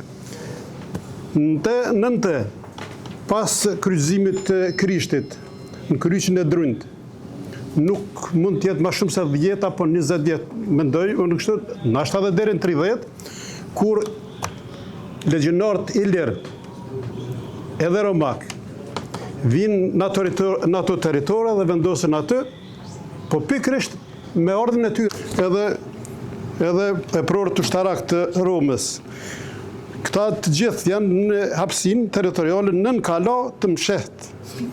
Është një karakteristike veçantë që deri më tash nuk kam pas kurrë që kanë qitë në shesh dikush. Nëse natyra është edhe kjo rast, kështu që e kjetë, nëse jeni të interesuar, e lexoni librin në të ardhmen, ku do të shtypet librin e këtij, kjo pjesë. Edhe do të jetë interesante, ndonse vërtet ka munguar. Mund po them, pas Krishtit ka ndodhur më njerëz afërsisht, mund të supozojmë, prej vitit 10 deri në 30, 20, 30. Për një arsye shumë thjeshtë. Vetë natyra e erozionit këtyre e vërteton këtë realitet. Unë këto i kam fotografuar edhe mund të shihen, po edhe shpërbërja atyre gurve. Është një prej mrekullive që do të publikohen. Unë kam pas edhe kam bën ndoshta një gabim se do është edhe kardinalin e territorit tonë në Prishtinë me informuar, me shkuar me shenjtru ato vende se meritojnë. Aty të partë tonë në shkuar edhe kanë bë meshat edhe lutjet e hershme. Nuk do të zgjatëm rreth kësaj se ka materiale shumë interesante edhe me blerë. Këto përmes materiale që do të botohet një libër, përmes Sazar Gurit i përbashkët të shjallë, do të shenë, kush është interesuar. Edhe tek shkolla e gjuhës shqipe në territoret tona, nuk po them që është më e vjetra, ndonse ka pasur më të vjetra. Po për territorin e Kosovës dihet që është një shkollë e viteve diku 1584, po në Stubullën e Eprume. Në atë shkollë, me mbështetjen e drejt për drejt të Selis Shajnt edhe të klerikëve, ka filluar ajo shkollë e parë e gjuhës shqipe të funksionojë. Edhe në kontinuitet deri në fund viteve 1933 përmes pikërisht. Po, ashtu. Pa ndërprerje. Është një prej mrekullive që duhet të përmendet. Nuk do t'jo markon, kush është interesuar, pastaj si punim përbashkët e lexon edhe këta dy artikujt mitë. Ka qenë fillim shekullit nga rilindasit, në vitet 30 filloi funksionoi, po nuk funksionoi. Ne mendojmë që të ngrejmë neoshqiptarizmin për të shërbyer Shqipërisë etnike, reale, natyrale të vërtet, ku i thonë buk, zbuke, uj, hartës së profesor Ahmet Gashit, që ta din, ai e ka thonë i pari, pastaj vazhdojmë. Sot flitet shumë, ke Google, ke këti, ke ChatGPT, ka informacione, dizinformacione.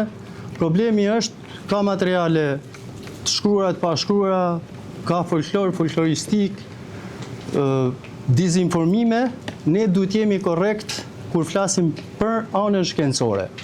Në ka një metodologji, ana shkencore, ka faktorin dëshmitar, faktorin terren dhe burimet e hapura. Në burimet e hapura duhet të përzjedhi njeriu intelektuali. Unë flas, nuk tani kam bën një temë 12 faqe, se si është lujt me terminologjinë gjuhësore, me etimologjisë popullore, që slavët pas dyndjeve të shekullit 5-7 sjellin konfigurimin gjeografik që bëjnë emrimin e vendit, dhe kjo i ka orientuar studiusit. Faktikisht, etimologjia shkencore flet me shekuj, është matematik. Pra, shekullin 5-7, nëja mes dy zanore ka dhënë r, në toskisht, ran, rën, ranisht, rër. Dhe dihet ajo. Kjo hedh poshtë gjitha thashë themet dhe amatorizmin. Njëkohësisht, këtu kam sjell prej vitesh, mbi 3 dekadash, botojmë revistën Diplomacia Shqip-Anglisht me albanologjinë, me personalitetet që të Riza, Osman Riza, Rota, Justin Rota, Fishta, gjithë ata që kanë qenë të verë, të ndaluar në sistemin e para-90s. Kemi revistën tjetër, kjo mbi 50-ën prodhue, është Albania Teda Imazhi Shqiptar, edhe ajo mbi 30, është Albania Imazh Shqip, Anglisht, Frëngjisht, Italisht, Gjermanisht, që paraqet pikrisht këto që po flasim ne sot, dhe kryesorja është një revistë e Universitetit Shtetëror të Tetovës, e Institutit Jusuf Bageri për qytetrimin e kulturën dhe e qendrës së gjuhëve të Shkupit, ku atje mes akademikëve të Maqedonisë ne kemi argumentuar shkencërisht janë 100 faqe, 11 tema për gjuhën shqipe, qysh para 3000 vitesh, që Akademia e Shkencave as e Shqipërisë, as e Kosovës nuk e ka mbështetur. Duhet të themi se këto dy akademi nuk kanë funksionuar si duhet edhe pas 90-s dhe i kanë vu një vul turpi 100 personalitetet që kanë bërë peticionin që nuk e vlerësojnë gjuhën shqipe si gjuhë vjetërni dhe ata që e quajnë vetën intelektual që kanë thënë kombi kosovar. Ne jemi totalisht kundër këtyre dy teorive. Ata janë me vul mballë. Tani unë këtu kam materialin shkencor që nuk du të mërzi sepse në fjalime nuk mund të thuhet referencat, unë kam që nga 85-a deri më sot. Që me Jup Kastratin, Shaban Demira, me gjithë janë të gjalla i keni këtu në botim. Kam vetëm i diçka që e qerem Zeneli, para një muaj ka sjell sipas studiuesve emrat e Trojanëve dhe Dardanëve në rajna të Gjermanisë e ka gjithë sfuni, janë Gega, Rej, Siçelia dhe Memia. Unë Memia kam marrë, kam studiuar, pastaj nuk po flas. Duhet të them vetëm një përmbledhje, siç mendojmë të bëjmë një kongres me gjithë ato prurjet, edhe të nanoteknologjisë, edhe shkencës fundit, edhe të arbreshve, edhe të gegve, edhe të dardanishtes, edhe të gjithë shkaje, kom një rezume, pastaj shkrimin e gjatë shkencor të ndrrimit tingujve atyre, se si vinë në Shqip, para 3000 vjetë që keni kur ta botojmë. Te do ta lexoj vetëm një parathonje të vogël, një rezume si shta profesor Sazani. 3 gjët. Gjaku, gjuha, gjeografia përbëhen adënën e etnogjenezës së hapësirës jetike shqiptare, si kom providencial o hynor. Gjuha shqipe, rikonfirmuar, standarde do të marrë vendin meritor si instituti gjithë diturisë dhe do t'i shërbej qytetrimit të brezave, arsimit, shkencës, kulturës, pasurimit, ekonomisë të tregut. Gjuha shqipe natyrore dhe bashkohore, mirë përdorur, mbështetur në rrafshin diakronik e sinkronik, do të ngrejë jetën duke i dhënë kuptim të plot, vlerë dhe dignitet njerëzor. Psikika etnokulturore shqiptare, për cilën flet shumë atë Gjergj Fishta, dhe veshja e mendimit përmes gjuhës është çelësi i lirisë dhe i demokracisë së qytetërimit tonë. Mbar kombëtar dhe mbar shqiptar, dhe në mërgat, kërkohet guxim, vendosmëri, përgjegjësi nga elita intelektuale për të sotmen, të nesmen e dijes, shkencës, gjuhës, albanologjisë, etnokulturës, përmirësimi dhe pasurimi standardit, edhe me forma e shprehje të mbetura jashtë sistemit sot, është domosdoshmëri. Shqiptarët autokton në trojet e veta etnike të gatishullit ilirik, në Shqipëri, Kosovë, Maqedoni, Malzi, Çamri e Preshev, kanë derivuar realitete historikisht të reja, sociolingvistike, si dhe pozitivitet në krijimin e sociolekteve të një përzierje të folmesh, drejt zgjerimit të gjuhës standarde e çlirimit nga gjuha e drujt e deri tanishme, për të larmuar dhe përuar, për të përfunuar nga dialekti geg dhe arbresh, që në lashtësi nga mendimtarët, përdorimi i gjuhës amtare është formuar e rregulluar gjithë jetën e njerëzimit shqiptar, kryesisht Pellazgo Iliro Dardan. Përderisa përvetësimi i standardit nuk ka arritur në nivelin e duhur, diskutimi mbi çështjen e planifikimit dhe politikave gjuhësore mbi standardizimin e 1970-shit nuk është më tabu. Gjuha shqipe si kryevlerë e kohës do të jetë një urë afrimi me perëndimin dhe do t'i shërbej progresit e prosperitetit. Çështja e rivitalizimit, e rujtjes dhe domosdoshmërisë e pasurimit të gjuhës shqipe duhet të kuptohet nga politikanët, qeveritarë dhe intelektualët shqiptar si nevojë e kohës dhe oksigjen për brezat e rinj. Për nder të asaj çështje të madhe të gjuhës.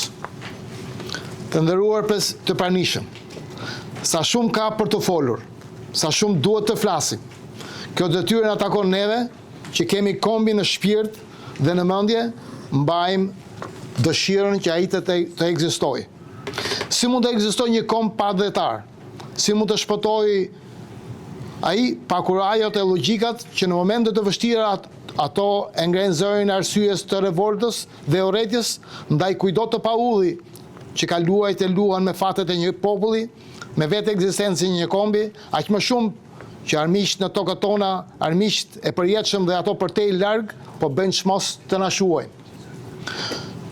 Mund të radhis shumë fakte dhe të vërteta se ne ishim vlera e parë që hodhi Zoti. Ne ishim njeriu i parë që folni në tokë. Dhe ajo gjuhë nuk ishte e sajuar, po gjuhë e Zotit. Ne krijuam Krishtërimin, ne mbrojtëm Krishtërimin dhe i dham atij jetë që ekziston sot. Ishte eroi jon kombëtar Gjergj Kastroti, një mbrojtës i Krishtërimit, i rrugës së drejtë që Europa i gëzon sot. U shprehen shumë vlerat tona më parë, nga ato që u ngjitën në fortore dhe folën nga vendi. Nuk duhet i përsëris, por nuk mund të rri pa shprehur se Zoti na dha një tokë të bekuar, ndërsa disa dje sot po e shkatrojnë. Zoti na dha një gjuhë të bekuar, po e ndotin me otomanizma e serbizma. Zoti na dha në ndetin, bidetin, bregdetin, në fushën, kodrën, malin, qiellin, diellin, se askund në botë, por ne po i shkatrojmë ato, po i shesim ato. Ne jemi gjeneza e gjithçkaje, ne, faraon. Ne me gjuhën si nëna e të gjithë gjuhërave që u sajuan nëpërmjet shqipes. Shumë munduan çabejt e topallët, gjinot e rangallat e këtyre korve, ta përzien gjuhën e Zotit me fekalet e botës, duke futur uazime për ta dëmtuar gradualisht, siç bëjnë dallkahukët të vetë quajtur akademik, siç bëjnë të poshtrit ca albanolog, siç bëjnë ca gjuetar këtu e në Dardani apo Gjetk. Dhe këto nuk i bëjnë se nuk dinë se ç'bëjnë, i bëjnë se paguhen për të bërë pis gjuhën e Zotit. Ne mundohemi të bëjmë diçka, kjo është koha. Nëse mundohemi të bëjmë diçka, kjo është koha. Nesër do të jetë më shumë se vonë. Kush ka vlera duhet të shfaqet atë, ta trashëgojë atë në breza. Në kombin tonë kemi shumë të pagullur se ignoranca, eleksia, si motra të përdala, po na shesin imoralitetin e tyre si vlerë dhe kur vlera e vërtet hesht, ato triumfojnë dhe mira vritet, dëbohet, ose më e pakta harrohet drejt rrugës në ekzistencë. Në jetë o ec, o zvarritesh. Të paratan në lanë një copë komb, ato shkrijnë pasurinë e tyre për të, dhe ne të sotmit po shkrijmë kombin për të pasuruar, apo edhe nga dëshira se kush do të tradhtojë më shumë. Kombit nuk i duhen, kombit dikur i hipte njëri dhe i spriste tjetri, ndërsa sot i kanë hipur të gjithë dhe po e përdhunojnë. Kombi shqiptar gjithmonë e kanë vrarë ca shqiptar dhe pa varrosën armiqt tanë. Fjala si fuqia më e madhe e mendjes duhet përdorur dhe pas saj duhet prit rrugëzgjidhje për të zgjidhur të pasgjidhshmën gjë më sot. Shkruani në kohë lufte si do jetë paqja. Mendoj se ne jemi në kohë në luftë me të keqen. Mendoj se bota është në luftë me armiqtë e paqes. Veç duhet kërkuar jetën dhe të besuar se paqja është e vetmja që shpëton popujt e botës, e ardhmja do të jetë siguri. Faktet dhe vlerat tona çdo ditë që vjen po na shfaqen edhe nëpërmjet këtij takimi. Ne e dimë që ato ekzistonin. Ju duhet atyre që i fshehen, i shujten apo i futën në vas kacidi për të shkrirë që të bëheshin kuti për pingat e atyre që luftuan me të keqen e tyre drejt vlerave kombëtare që t'i njohin ose të heshtin përgjithmonë. Kombi duhet të ekzistojë përtej nesh, përtej kohës sonë. Por që të ekzistojë duhet që arsyet dhe logjikat të vijnë në punë për të mundur ignorancën, padijen dhe të paullët e tradhtarët që sot çdo ditë që po vjen po shtohen si kopurtha të helmëta në trupin e trungut të dobët që armiqtë coptuan kombin sa desh na shuajtën fare. I shqetësuar për komb e adhe, nuk mos e dita qetësi, bashk për mëmëdhe, bashk me dashuri. Faleminderit. Këto takime të mos ndalen të vazhdojnë gjithmonë. Profesor Astriti i tha do që desha t'i them unë, nuk du t'i përsërisi, të ne në Maqedoni, si që keni dëgjumën, kanë fillumën shumë degradime në të gjitha lamit e jetës, duke u nisur nga të drejtat, nga gjuha, nga pjesëmarrja në shtet, nga realizimi, nga punësimi në të gjithë territorin e Maqedonisë. Nuk është vetëm Maqedonia e Perëndimit me shqiptar. Janë Manastiri, është Prilepi, është Shtipi, është Strumica, të gjithë terrenet e Maqedonisë kanë pjesëtar maqedonas, mirë po me kalimin e kohës, me politikën slavo-maqedonse, po edhe slave në përgjithësi, mohohen pjesëmarrja, mohohen qytetarët shqiptar, duke u nisur nga ajo se i kanë shtypë dhe i kanë kthyer në gjuhë turke të flasin dhe thonë janë turq.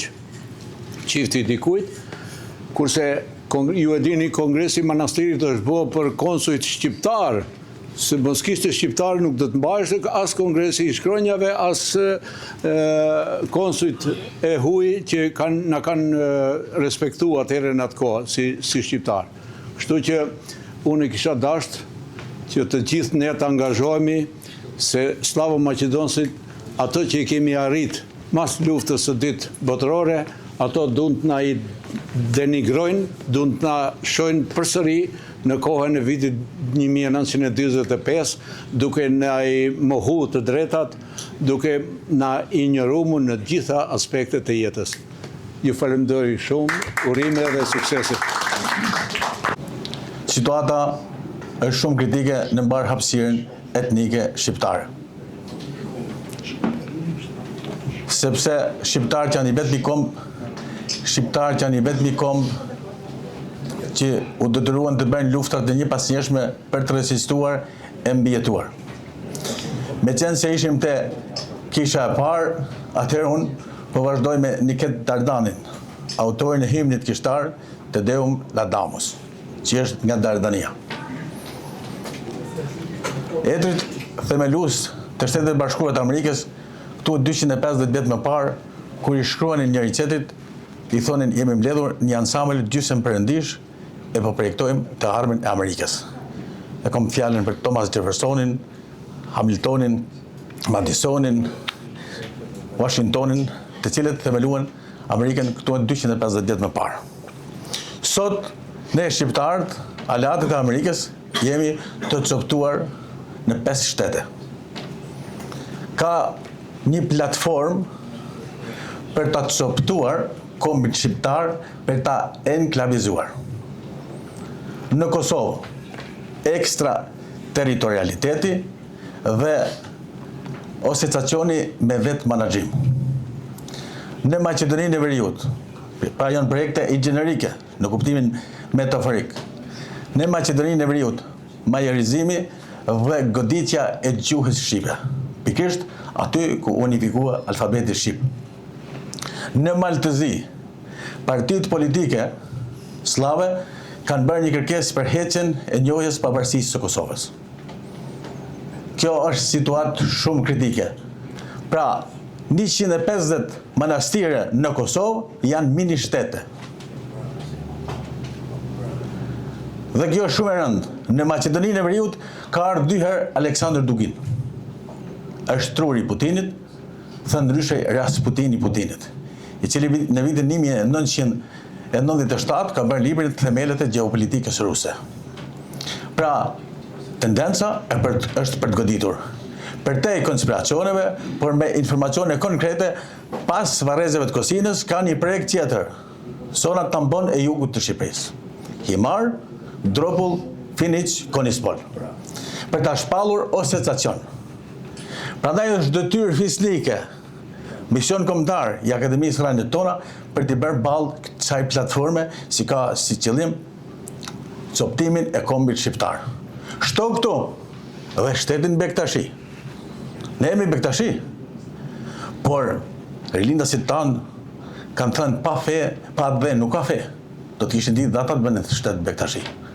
Pra, kombi shqiptar nuk duhet lejohet të coptohet. Dhe misioni është i Akademisë Rënjët tona. Miq të nderuar, përveç këtyre 3 ngjarjeve, sa janë 4 ngjarje kryesore, jemi në vigjilje të 145 vjetorit të thyrjes së lidhjes shqiptare të Prezenit. Me 21 prill të vitit 1881 u thye lidhja shqiptare të Prezenit.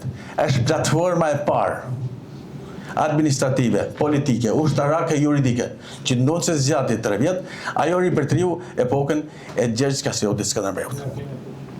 Me 9 prill të vitit 1999 filloi betejë legjendare e Kosharës, ku shqiptarët nën moton një kom, një qëndrim, u rreshtuan në ushtrinë çlirimtare të Kosovës dhe thyen kufirin Shqipëri në betejat legjendare të Kosharës. Aty ku nënshkrua lavdia e UÇK-s si Kurani mbi rastat e Qabes. Pra, u nënshkrua me gjak. Tani, çlirimtarët janë Hag. Pra, ne e kemi fituar luftën, por beteja vazhdon për paqen. Dhe beteja për paqen është luftë. Unë e ftoj Akademinë Rënjët tona. Të bëjnë një rezolut. Mos ma prek gjuhën shqipe. Liri për çlirimtarët. Të filloj aksionin e mbledhjes firmave, deri tani janë 100.000 firma në mbështetje të ushtarëve të ushtrisë çlirimtare në Hag. Pra i takon vetëm Akademisë Rënjët tona. Ne kemi bërë mitingjet, por e shkruara mbetet të mbledh firmat. Sepse 3 shkronjat më të arta të alfabetit shqip janë UÇK. Sigurisht që Papa Kristo Negovani na ka lënë një postulat. Kombi bëhet nga shkronjat. Aja shkronjat të bëjnë kombin të quhet komb. Pa shkronjat shqipe, kombe tjera do të na kishin mbytur dhe zot kishte as shqip, as shqiptar. Pra, para nesh është një mision shumë i madh. Unë këto që po i them i kam shkruar prej kohësh, me vjen keq që sot nuk kisha manifestin e kombit shqiptar, analizë mbi ndarjen gjeopolitike dhe të drejtat e bashkimit. Sigurisht shumë shpejt do të jetë, por do t'i dhuroj librat e mi drejtuesve të Akademisë Rënjët tona. Jam arber 800 vjeç shtetësh për zotin Sazan Guri.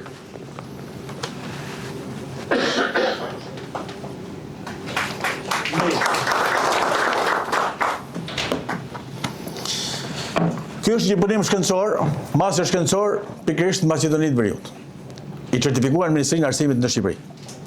Veshtrim analitik historik rreth 7 kombit shqiptar. E kam për zotin Pingulli.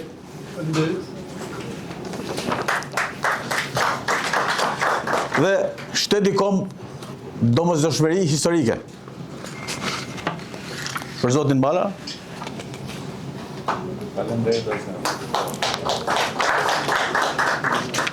Dhe do ta mbyll fjalën time me një artist madh, antar i Akademisë Evropiane të Arteve, i cili e la penën dhe kapi pushkën për shembjen e kufive midis shqiptarëve.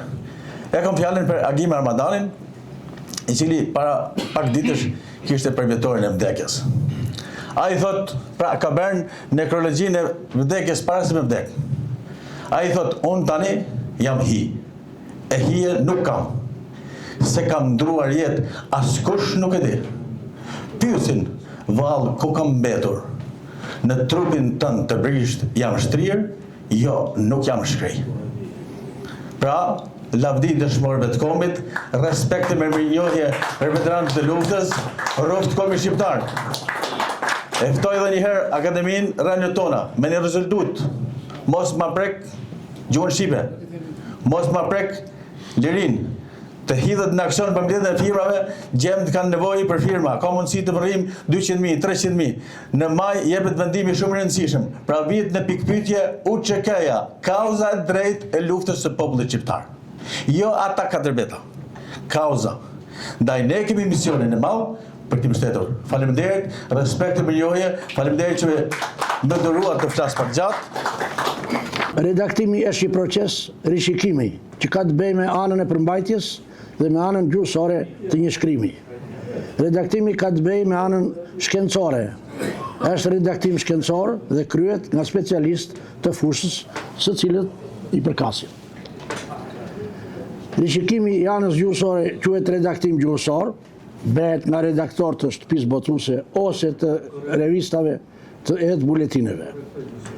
Detyra e redaktorit është që të jap shkrimit formën përfundimtare, duke harmonizuar përmbajtjen me shprehjen gjuhësore të saj.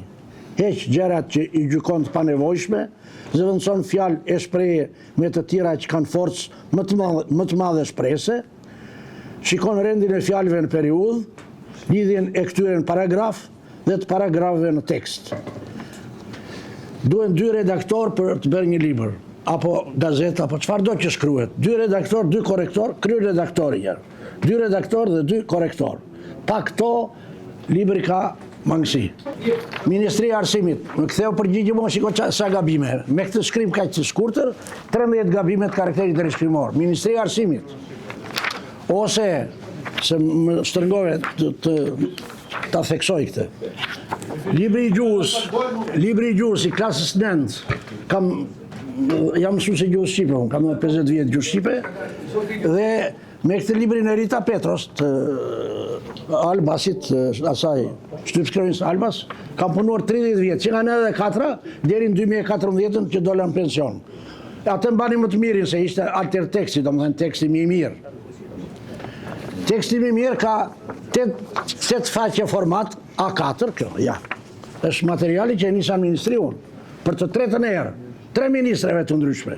Doja ta takoja ministren, nuk më takoj dhe ja ktheu këtë përgjigje me 13 gabime.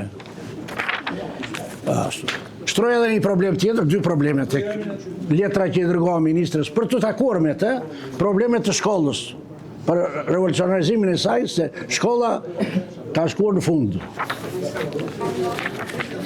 Ta përmbyll me korektimin të ashti, dhe më falni që u zgjata, po nuk u zgjata, qose në njëre që unë zgjatje. Korektimi është 2 llojesh, teknik dhe gjuhësor. Korektimi teknik ka detyrë të kontrolloj paraqitjen pamore të shkrimit. Kontrollon citimet, citate domethënë, shënimet që janë poshtë apo në çdo vend që të jenë, edhe në fund të librit, bibliografin dhe përmasat e faqes e tjerë, domethënë gjithçka që ka të bëjë me anën estetike të shkrimit. Po ajo pjesa tjetër, përmasat kjo korektimi gjuhësor, ka si qëllim ndreqjen e gabimeve gramatikore, të piksimit dhe të drejtshkrimit, që janë gabime drejtshkrimore. Janë këto anglezizmat e italianizmat që kanë depërtuar tashti, që profesor Gjoali Shkurtaj tek libri Urgjenca gjuhësore i konsideron si modernizëm, edhe po e shkatrojnë gjuhën. Fjalët e huaja, domethënë. Ose gabim tjetër të karakterit gjuhësor, ose gramatikor, plani i punës, shkruhet me gabim, pa atë nyjen i. Duhet plani i punës, orari i mësimeve, duhet nyja i, shkruhet me gabime. Orari i mësimeve tjerë, ose spak, keni dëgjuar në televizor, si thot.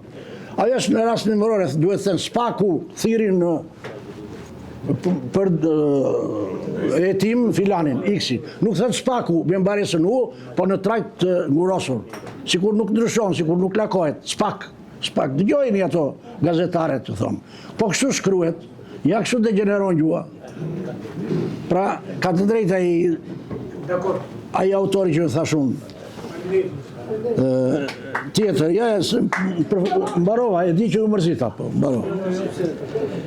Shenjat e piksimit, gjitha shenjat e piksimit, nuk përdoren me efektivitet ku duhet. Ati ku duhet presja, zvijet presja, ku duhet pik presja me radhë. Dhe së fundi të drejtshkrimit. Po drejtshkrimi, përdorimi shkronjës madhe, për shembull. Ai duhet shkruaj me të madhe, ne shkruajmë me të vogël. Dhe anasjelltas. Apostrofi, shkrimi i datës, ne s'dim shkruaj datën. Data shkruhet kështu, Fier apo Tiranë. Tiranë presje me 24 pik 20 pik i 4 2026. Thonjzat, përdorimi i thonjzave. Nyja e janë në fund fjalës ose në trup të fjalës, po mbarova. Trajtet e shkurtra e tjerë. Korektimi ka të bëjë vetëm me ndreqjen e gabimeve të formës, të përmbajtjes që përbëjnë thyrje të normës gjuhësore. Virgjilit tek Eneida, tek libri 2, vargu 268. O lux Dardania, speso fidissima te ukri. O drite Dardanis, shpresa më besnike e te ukërve. E kam këtë sepse në qoftë se na ka mbajtur gjallë, jo vetëm ne dhe Evropën, ka qenë Konstantin i Madh, nga i cili kemi dhe flamurin, që e ktheu krishtërimin nga sekt e ktheu në fe dhe mburet Evropa. Por ne kemi dhe një datë shumë të rëndësishme historike që është 28 nëntori, është dita e princërve të Evropës. Nuk e zgjodhi kot Skënderbeu, ja kam të fjeruar edhe zotit Guri, vjen nga Këshilli Clermontit në Francë në 1095-ën, kur Saracenët donin të pushtonin Evropën dhe u bën bashk Bizanti bashk me papatin që kishte qendrën në Clermont të Francës, ku ishin mbledhur kardinal e gjithë. Dhe u bën nga 17 nëntor i vitit 1095 deri në 27 nëntor. Dhe papa tha, ata njerëz që do të shpëtojnë Evropën, do të, sidomos bujarët ose fisnikët, do të hiqen gjithë këto njollat që mund të kenë ose gabimet që kanë bërë, dhe do të vinë ditën tjetër të betohen. Pra 28 nëntor i vitit 1095 ishte dita e betimit të fisnikëve të gjithë Evropës. Prandaj për Skënderbeun gjithë francezët dhe Volteri ka shkruajtur që në një popull të vogël, një njeri jashtëzakonshëm. Me thënë, është një figurë e shenjtë, kemi flamurin të shenjtë, kemi Skënderbeun të shenjtë, kemi 28 nëntorin të shenjtë.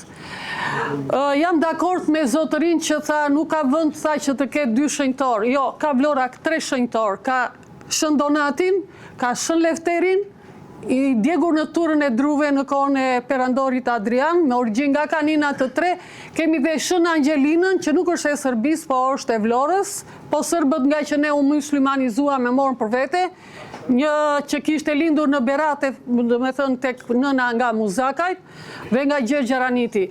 Prandaj, kjo që doja të thosha sot, është për këtë gjë që ditën e djeshme ishte 105 vjetori i lindjes së Nermin Vlora Palaskit. Gruas që guxoi të shkruante etruskishta gjuhë e gjallë ose gjuha etruske dhe gjuha shqipe, lidhjen e saj që ishin shkëndijat e para që nxitën dhe njerëz të tjerë që jemi sot në këtë që është science e bërë gjuhën shqipe një nga gjuhët më të lashta të botës. E kam për këtë sepse ne punojmë ditën, armiqtë tanë punojnë natën. Ne kishim polifonin, ata na i bën ISO. E dini shumë mirë gjithë. Dhe unë falenderoj Zotin Sazanguri dhe për një shkak tjetër. Ju falenderit shumë, jo vetëm për punën e Lapçe Vënçes, që e keni quar në gjyq, por dhe për faktin e gjithë këtyre botimeve që po bëhen nga këta në ndjekin nga Shqipëria, do më thënë, po në gjithë to bibliotekat e Evropës, intelektualës shqiptar po nxjerrin thesare. E kam këtë sepse para 5 vitesh kam përkthyer një libër që këto Dardanët dhe Trojanët i bënin grek. Tani kanë hequr fjalë, do më thënë, hiqnin fjalë Dardanë e bënin grek, hiqnin fjalën Trojan e bënin grek.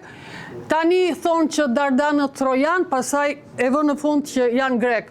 Por këto gjëra në bazë të botimeve që kanë nxjerrë shqiptarët nga arkiva të ndryshme, sa po vinë dhe po shtrydhen, po hiqen, po tërhiqen dhe po bëjnë gjëra të tjera siç janë puna e shqiptarëve në Maqedoni.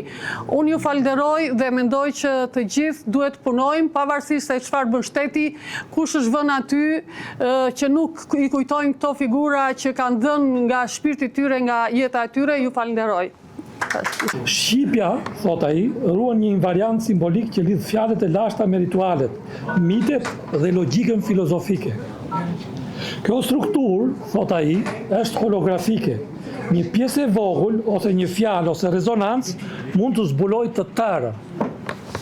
Algoritmi simbolik i zejit shpreh të vërteta të mëdha universale me ekuacionin e tij, hiçi është një vlefshëm me materien dhe materia është një vlefshme me antimaterien. Është I0 i një vlefshme me x dhe një vlefshme minus x. Është i vetmi ekuacion simbolik në të gjithë studimet gjuhësore në botë. Ai ka vlerën e një ekuacioni si ai i Einsteinit e barës me metësën katror. Në fakt,